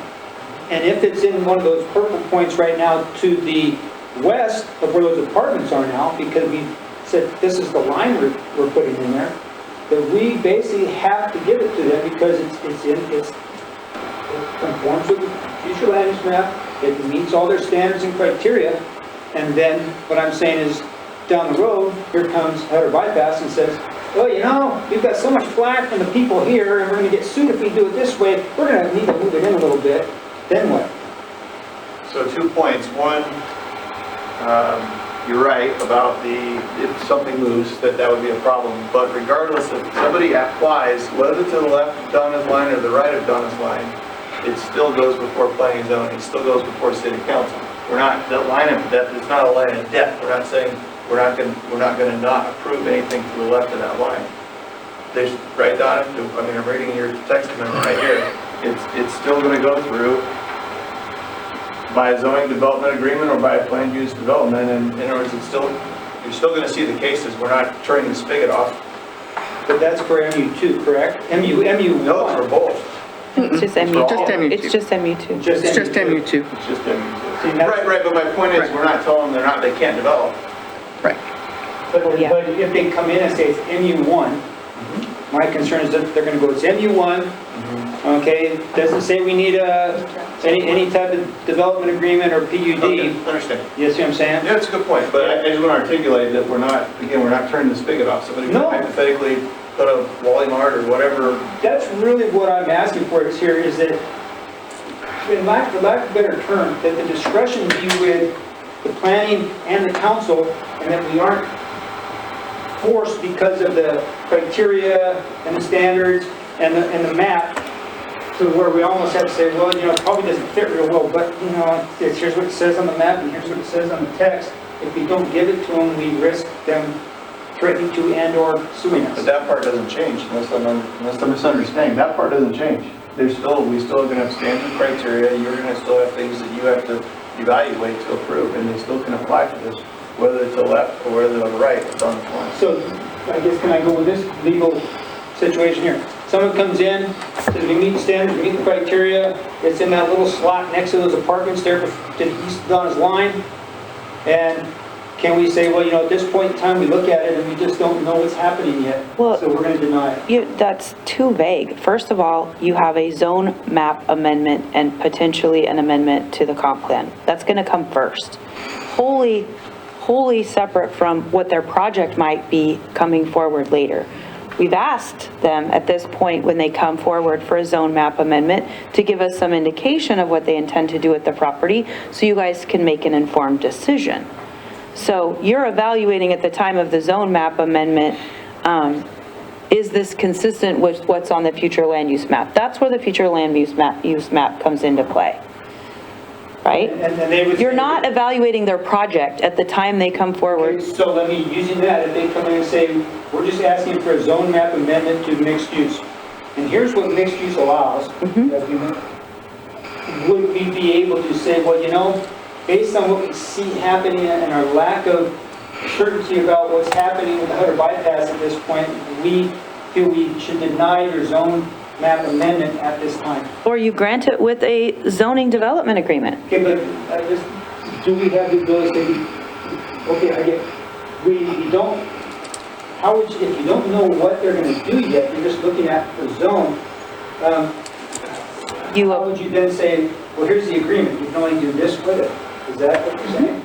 That's what a And we would have zoning that- development agreement. We would have that discretion to legally say, in general, you know, we're looking at it yet, we aren't sure what's happening here with the Hutter bypass and this and that. The only way we will grant this zone change request is you're allowed to do A, B, and C with it. Correct. That's only 3,000 feet we're talking about. That's what I tried to say Yeah, 15 minutes that ago. could conceivably be one owner, and that then you're going to treat differently, and that would absolutely be Well, can we go back, get us. can we go back to that? Yeah, you got 144 units already sitting right there. So, Yeah, I think we're getting hung up on, you know, we're getting, but if you go across the street, you know, there's a big block. housing development, isn't it? No, that's right now, there's north of Hayden. Here's what you want to be really careful of in this meeting. This is a public meeting. You don't want to be talking about specific parcels and what you would like or not like to see there. That is going to come back to you later in the form of bias. You've already expressed an opinion on what you'd like to see happen with a particular parcel, and you're going to be asked to recuse yourself. So be really careful not to talk about parcel by parcel discussions here.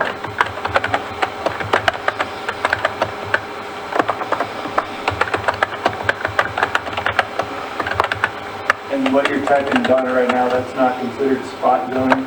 I'm just typing what we've talked about, that's all. Okay, okay. Just,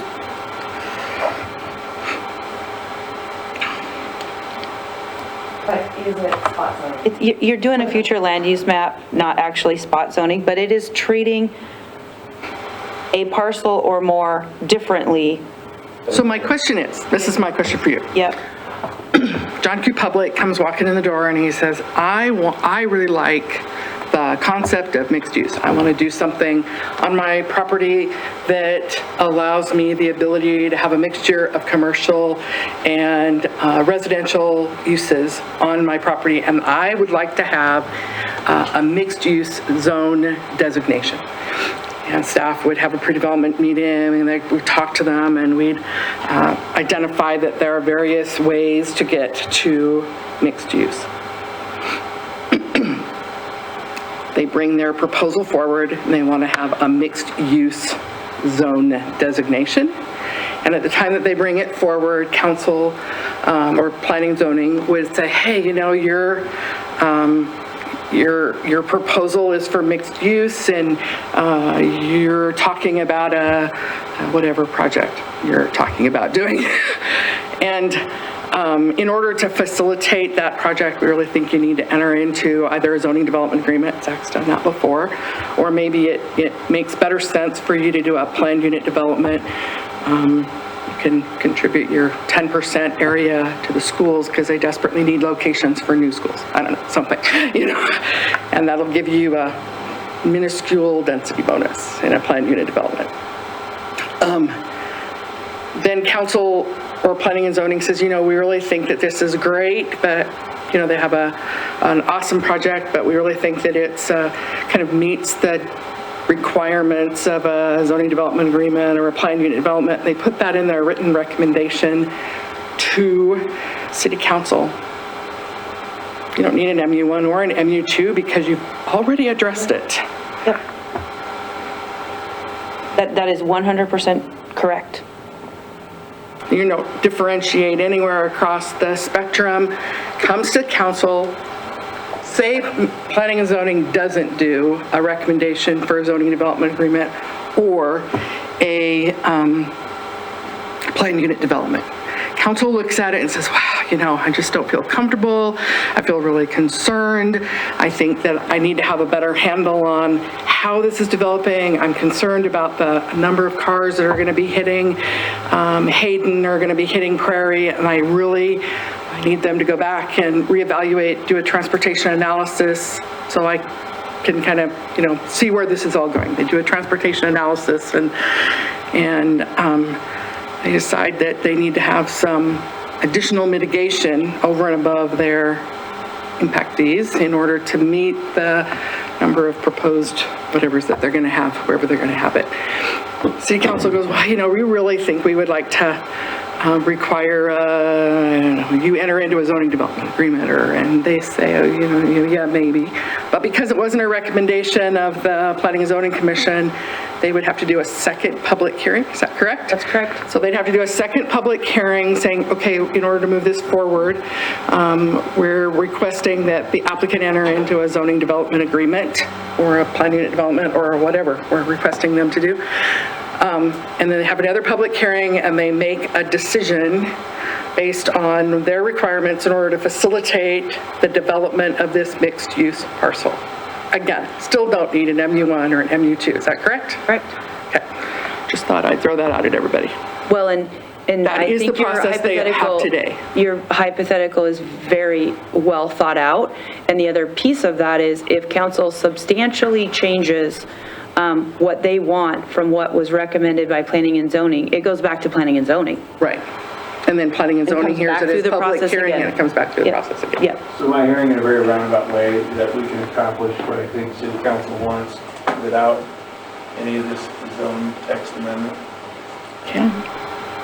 But it's hard for the developer, and I'm going to say that, it's hard for the planning staff and the developers to know what the expectations are when they're trying to drive their project as they bring it forward in order to meet the expectations of planning and zoning or of city council. And can that be So- accomplished through your city's just processes or standard operating procedures? Fonda's saying no. Well, you can have some standard operating procedures, but you have electeds and appointeds that turn over, and you have city staff that's here for years and years and years on end. Here's how it, Sure, but we have a working relationship. I mean, if city council turns over in 2 years from now, you're going to still talk to them, you're going to still know what they want, how they feel, and potentially shape your internal process. Well, just from a question that we get all the time, because this is a very real situation, and it might help kind of convey how this goes, is one of the most common questions we have. Maybe a prospective buyer or a realtor or someone that's just interested in a listing, or maybe someone that's bought a property and is pretty serious about development. They call and they ask about a process. It may not be a zone map amendment. It could be something else that requires a public hearing and city council approval ultimately, or planning and zoning commission approval if it's a conditional use permit or something like that. And they often ask, well, what do you think is the chance that that would get approved? Or, well, what will they decide, that sort of thing. And as a rule, we don't give them an answer because we're not council, we're not planning and zoning commission, and staff doesn't make decisions based on things that require public hearings. The difficulty of that is if it's left to a case-by-case basis and there's less predictability in the zoning code, we have less ability to give them any sort of idea, and it really is up to them to make the decision with the unknown outcome, which it is good that there is a hearing process, and I'm not saying it's a bad thing that I can't advise them one way or another, but that's just the answer that they get is, we'll have to wait for the public process to go forth, agency comments, public comments, those come in, there's a lot of variables that are considered at that public hearing, and ultimately a decision will be made, and then they have to just consider that and make their decision accordingly. So right now, because of that uncertainty, we already aren't able to advise people one way or the other. And that arguably is a good thing because I'm not telling people, oh yeah, that has a good chance or that has a bad chance because I'm not council or planning and zoning commission.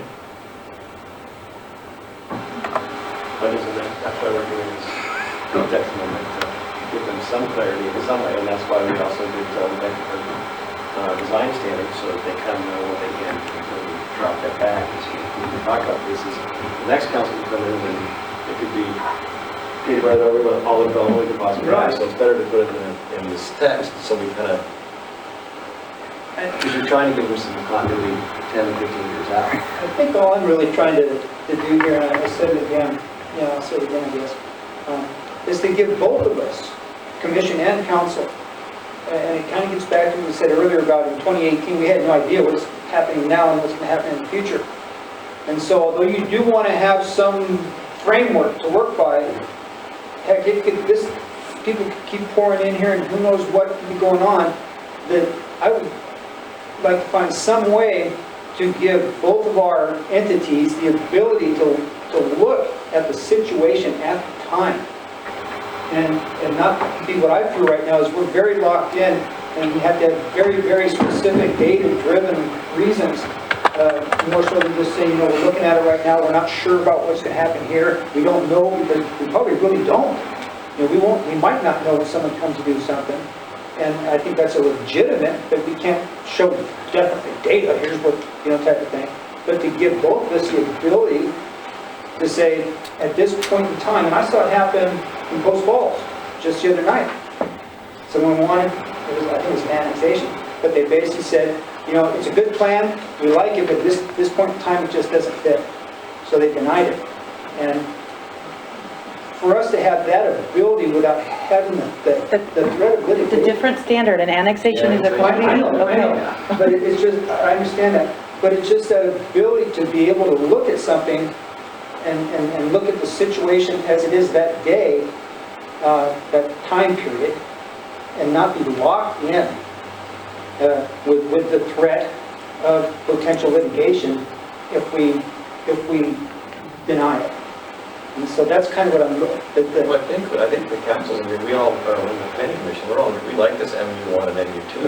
And now we're getting hung up on 3,000 feet of Hayden Avenue. Okay, so I have one more question. Yeah. I'm playing devil's advocate still. Okay, Fonda. I played around with the language here again, made it much more generic. MU1 is located along Government Way, Hayden Avenue, Highway 95, or Prairie Avenue. And MU2 is located centered on the proposed Hutter corridor. Applicant comes in, he says, I believe that I'm on Hayden Avenue, I'm in the city, and I want, and he's west of the orange line.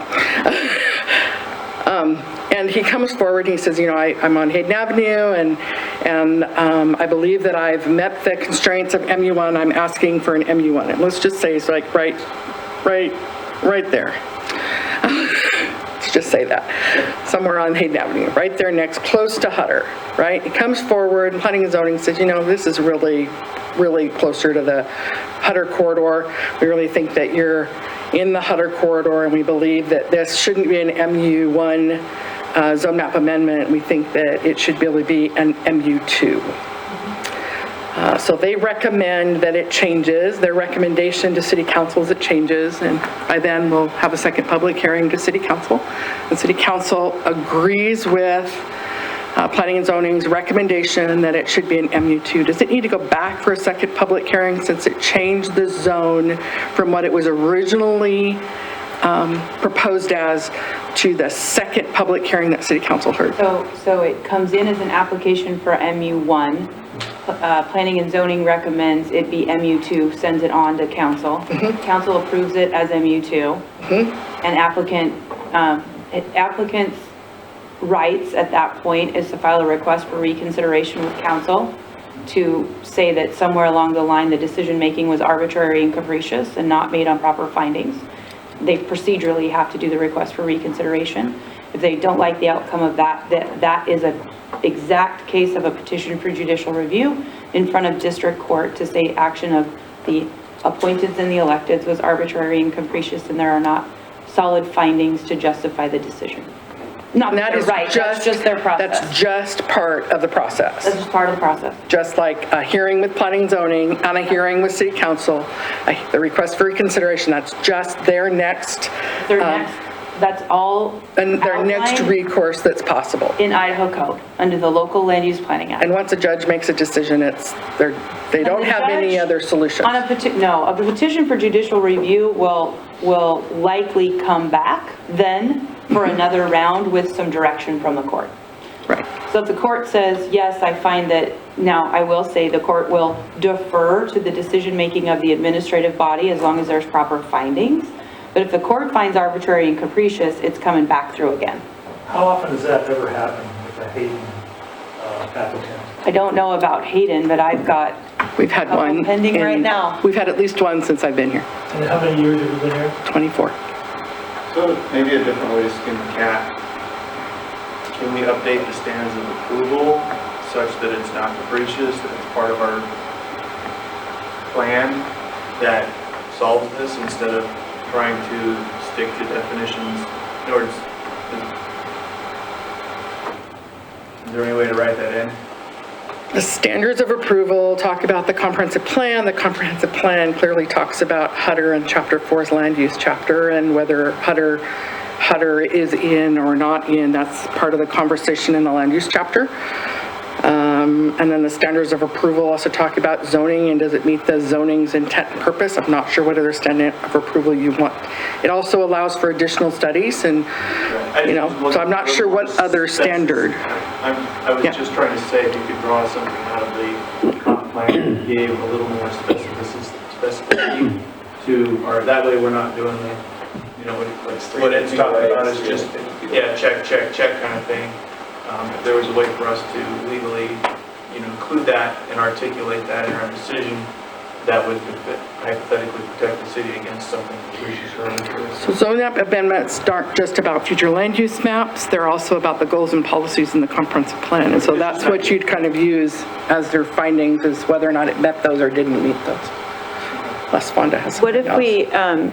what if we, in the definition of the Hutter corridor, defined parcels that are subject to any setback requirements of the future corridor? Because they know who they are.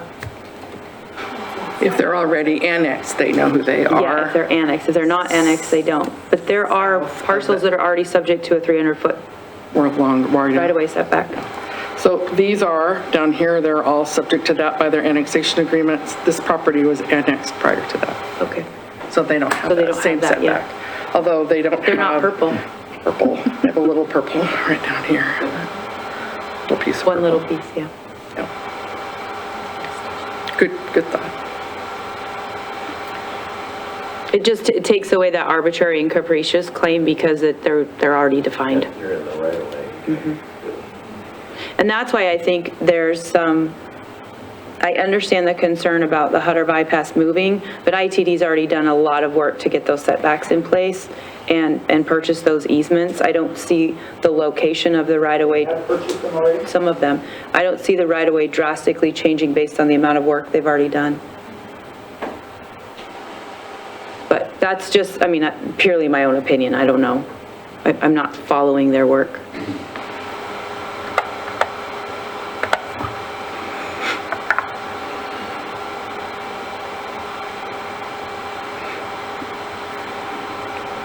And with that language, that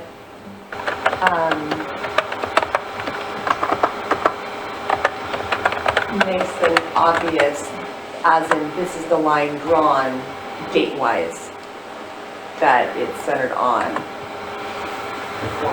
I don't know what that looks like, but I know, but I just don't know what it is on a map. I haven't looked at it on a map. So I would think that we're looking at how zoning is based on, again, the Hutter corridor being built. And I would also say that the interchange between Hayden Avenue and the future Hutter corridor would substantially change the amount of traffic on Hayden. So how could you say that Hayden wouldn't be affected, those properties to the east of Hutter? In other words, I would be concerned about not only the right-of-way of Hutter, but also the change in amount of traffic that would be created by the corridor being built, specifically on Hayden. Just like Prairie, we look at Prairie and how much traffic we have there. Will that corridor also increase the traffic on Hayden by 2 times, 4 times?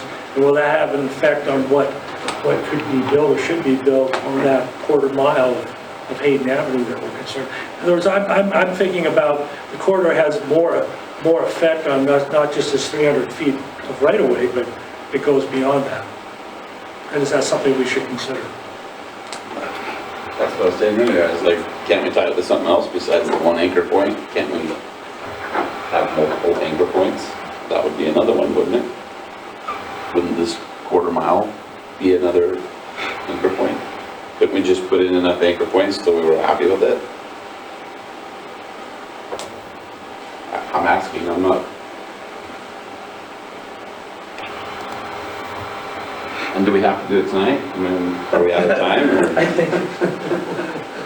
I'm getting the sense that maybe we beat this pretty hard tonight, and whether we need this to, there's a lot to consume, there's a lot of ramifications legally, and so I don't know if we might want to just...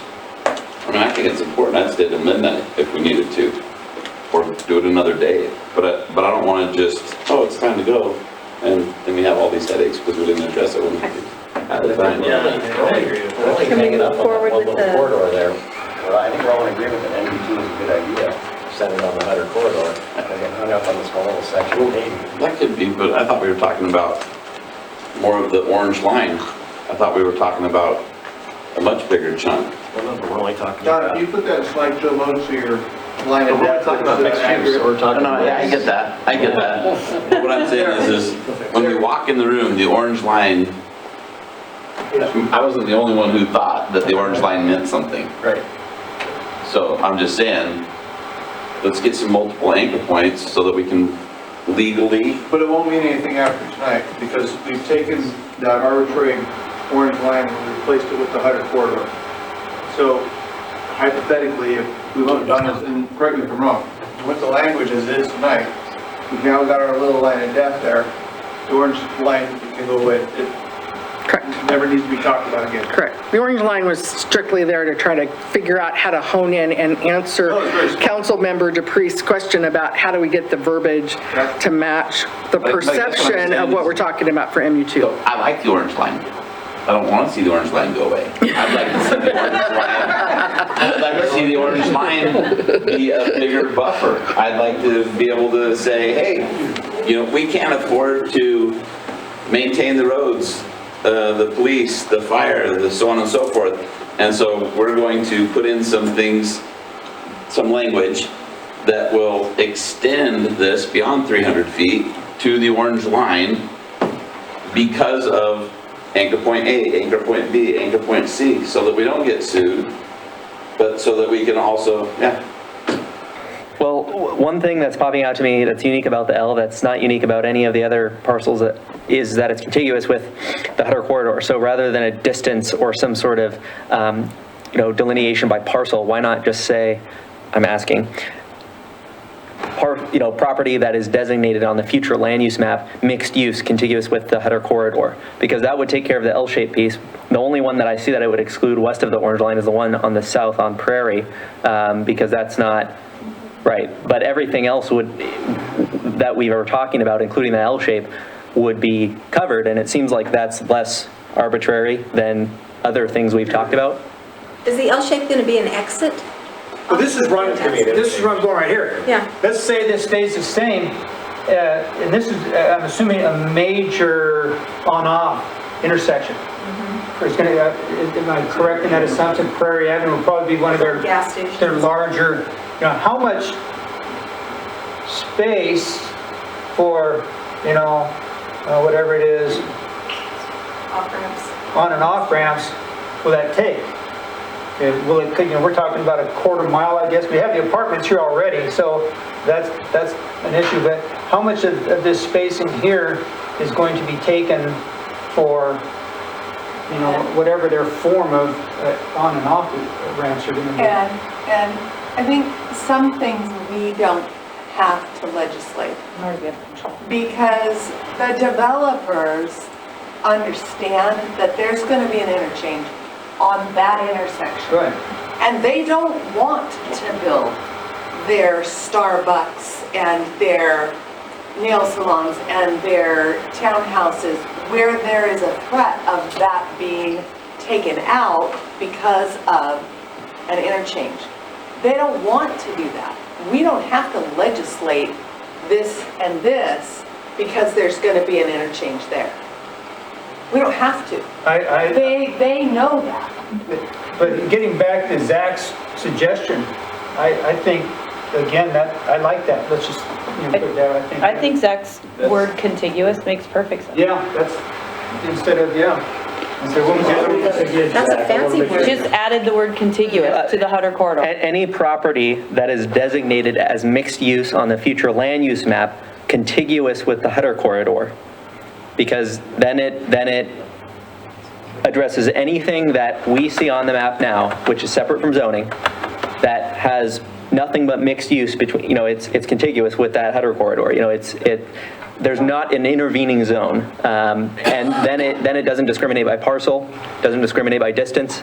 It only discriminates by intervening zone, which seems reasonable. So are there any purple areas on that map west of that orange line that would not be included? Yes, along Prairie. Got one little. Right there? That's it. There's one up here too. Is that the only one I can? It looks There's like one it. right I here can't- too. Is the L shape? It's contiguous. Donna, is the L-shaped purple that has been the question of concern all one owner? Not south. North is, what about south? South is not. Okay. 3 owners. But contiguous would cover all of that purple area because it's not parcels contiguous, it's based on mixed-use designation that is contiguous on the future land use map. South of Lancaster is different than north of Lancaster. Just based on, so the MU2 designation would be defined partially by what we see on the future land use map, in that if the future land use designation is contiguous and mixed use, then it would be MU2. So That's just Where you're going with that. Yeah, I think you'll have the parcel removed from actually being contiguous, argue that they're removed, but we can deal with that. We can deal with them one at a time. Well, if we say that any property for which the future land use map designates, the property as mixed use, and that mixed use area is contiguous with the Hutter corridor on the future land use map, It'll encapsulate all those parcels. it should. Yeah. Because we're not basing it on whether a parcel boundary is contiguous, it's just if we see, and of course, this future land use map stays until the council changes it. So there's no risk of this becoming outdated inadvertently. It's only if the council wants it to change, they could do a comprehensive plan future land use map to make MU2 not apply to that area. It makes more sense than trying to amend the future land use map and risking having to amend all the plans.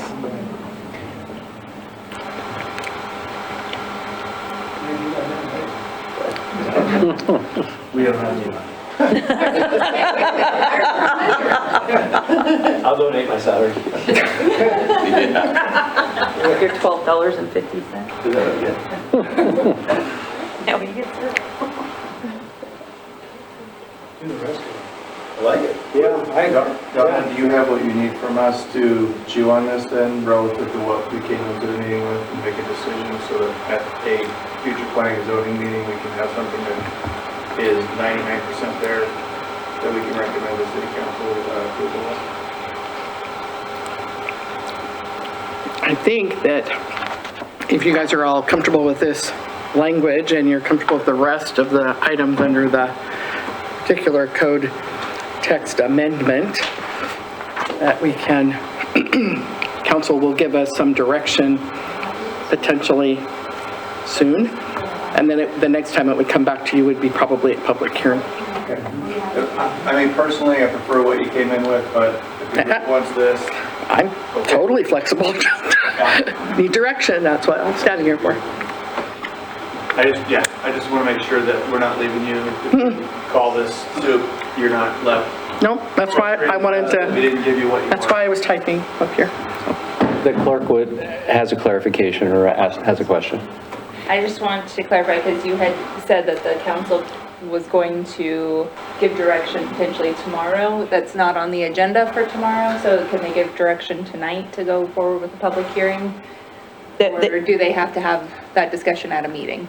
They don't have to have an action item now to get this in front of planning and zoning. So they could discuss it tomorrow at the end, but I don't know that there's anything to discuss. I just heard that that's when they were going to give direction, so I just wanted to clarify. So I guess my question is am I supposed to notice this for public hearing? We will not notice for council public hearing. No, planning and zoning public hearing. That's up to council. Right. Yeah. I'm trying to get direction from city council to tell me whether or not I can make these changes to this text and then notice this for Planning and Zoning Commission for public hearing the end of April. In order to meet deadlines for noticing, it wouldn't be until their second meeting in April.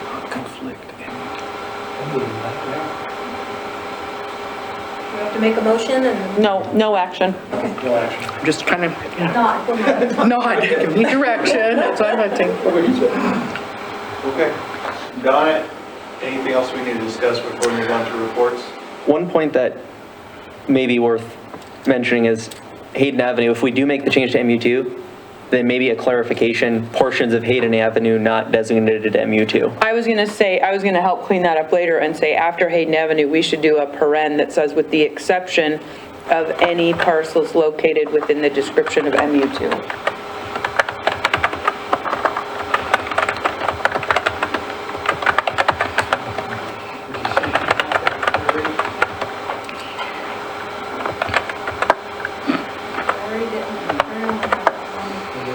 Is it a bud at the corner down there or something like? It looked like there was a little commercial. We'll work on this. Yeah. Yeah. Yeah, I just was going to fix it after the fact that we need to accept out. And yes, we like that. Okay.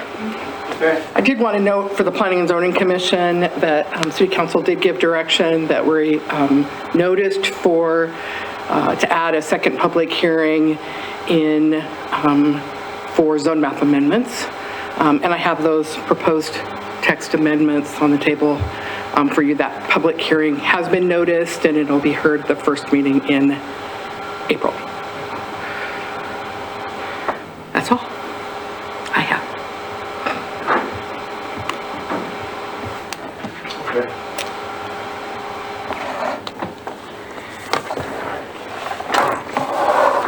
I guess we'll conclude our workshop. We're doing workshop, move on to reports. Of course not. I don't have any reports. We have a long meeting tomorrow night. We have two zone map amendments that will be heard by City Council tomorrow. I believe that the Starkey zone map amendment documents are all in the packet. There's like 4 of those that make that happen. Yes, Mr. Brett. I was just going to say, it was mentioned earlier, but tomorrow night, that housing study will be presented by Kiki Miller and someone else, and I think When I sent the P&Z get report invited for out to that? Planning and Zoning and invited them to participate tomorrow. So Okay. And that's at 5:30 or 5 o'clock. Those last that long? Oh, on to Forever? this. That And we don't get food. It's early on the agenda to get them done and out, and then you can leave or you can stay after that, so. If it's the same one they gave Coeur d'Alene last week, I watched theirs online. Half hour maybe, what it ended up being. Okay, I don't need a motion, do I? We can just call this adjourned. Thank you. Thank you guys for all your, I really appreciate it. Thank you.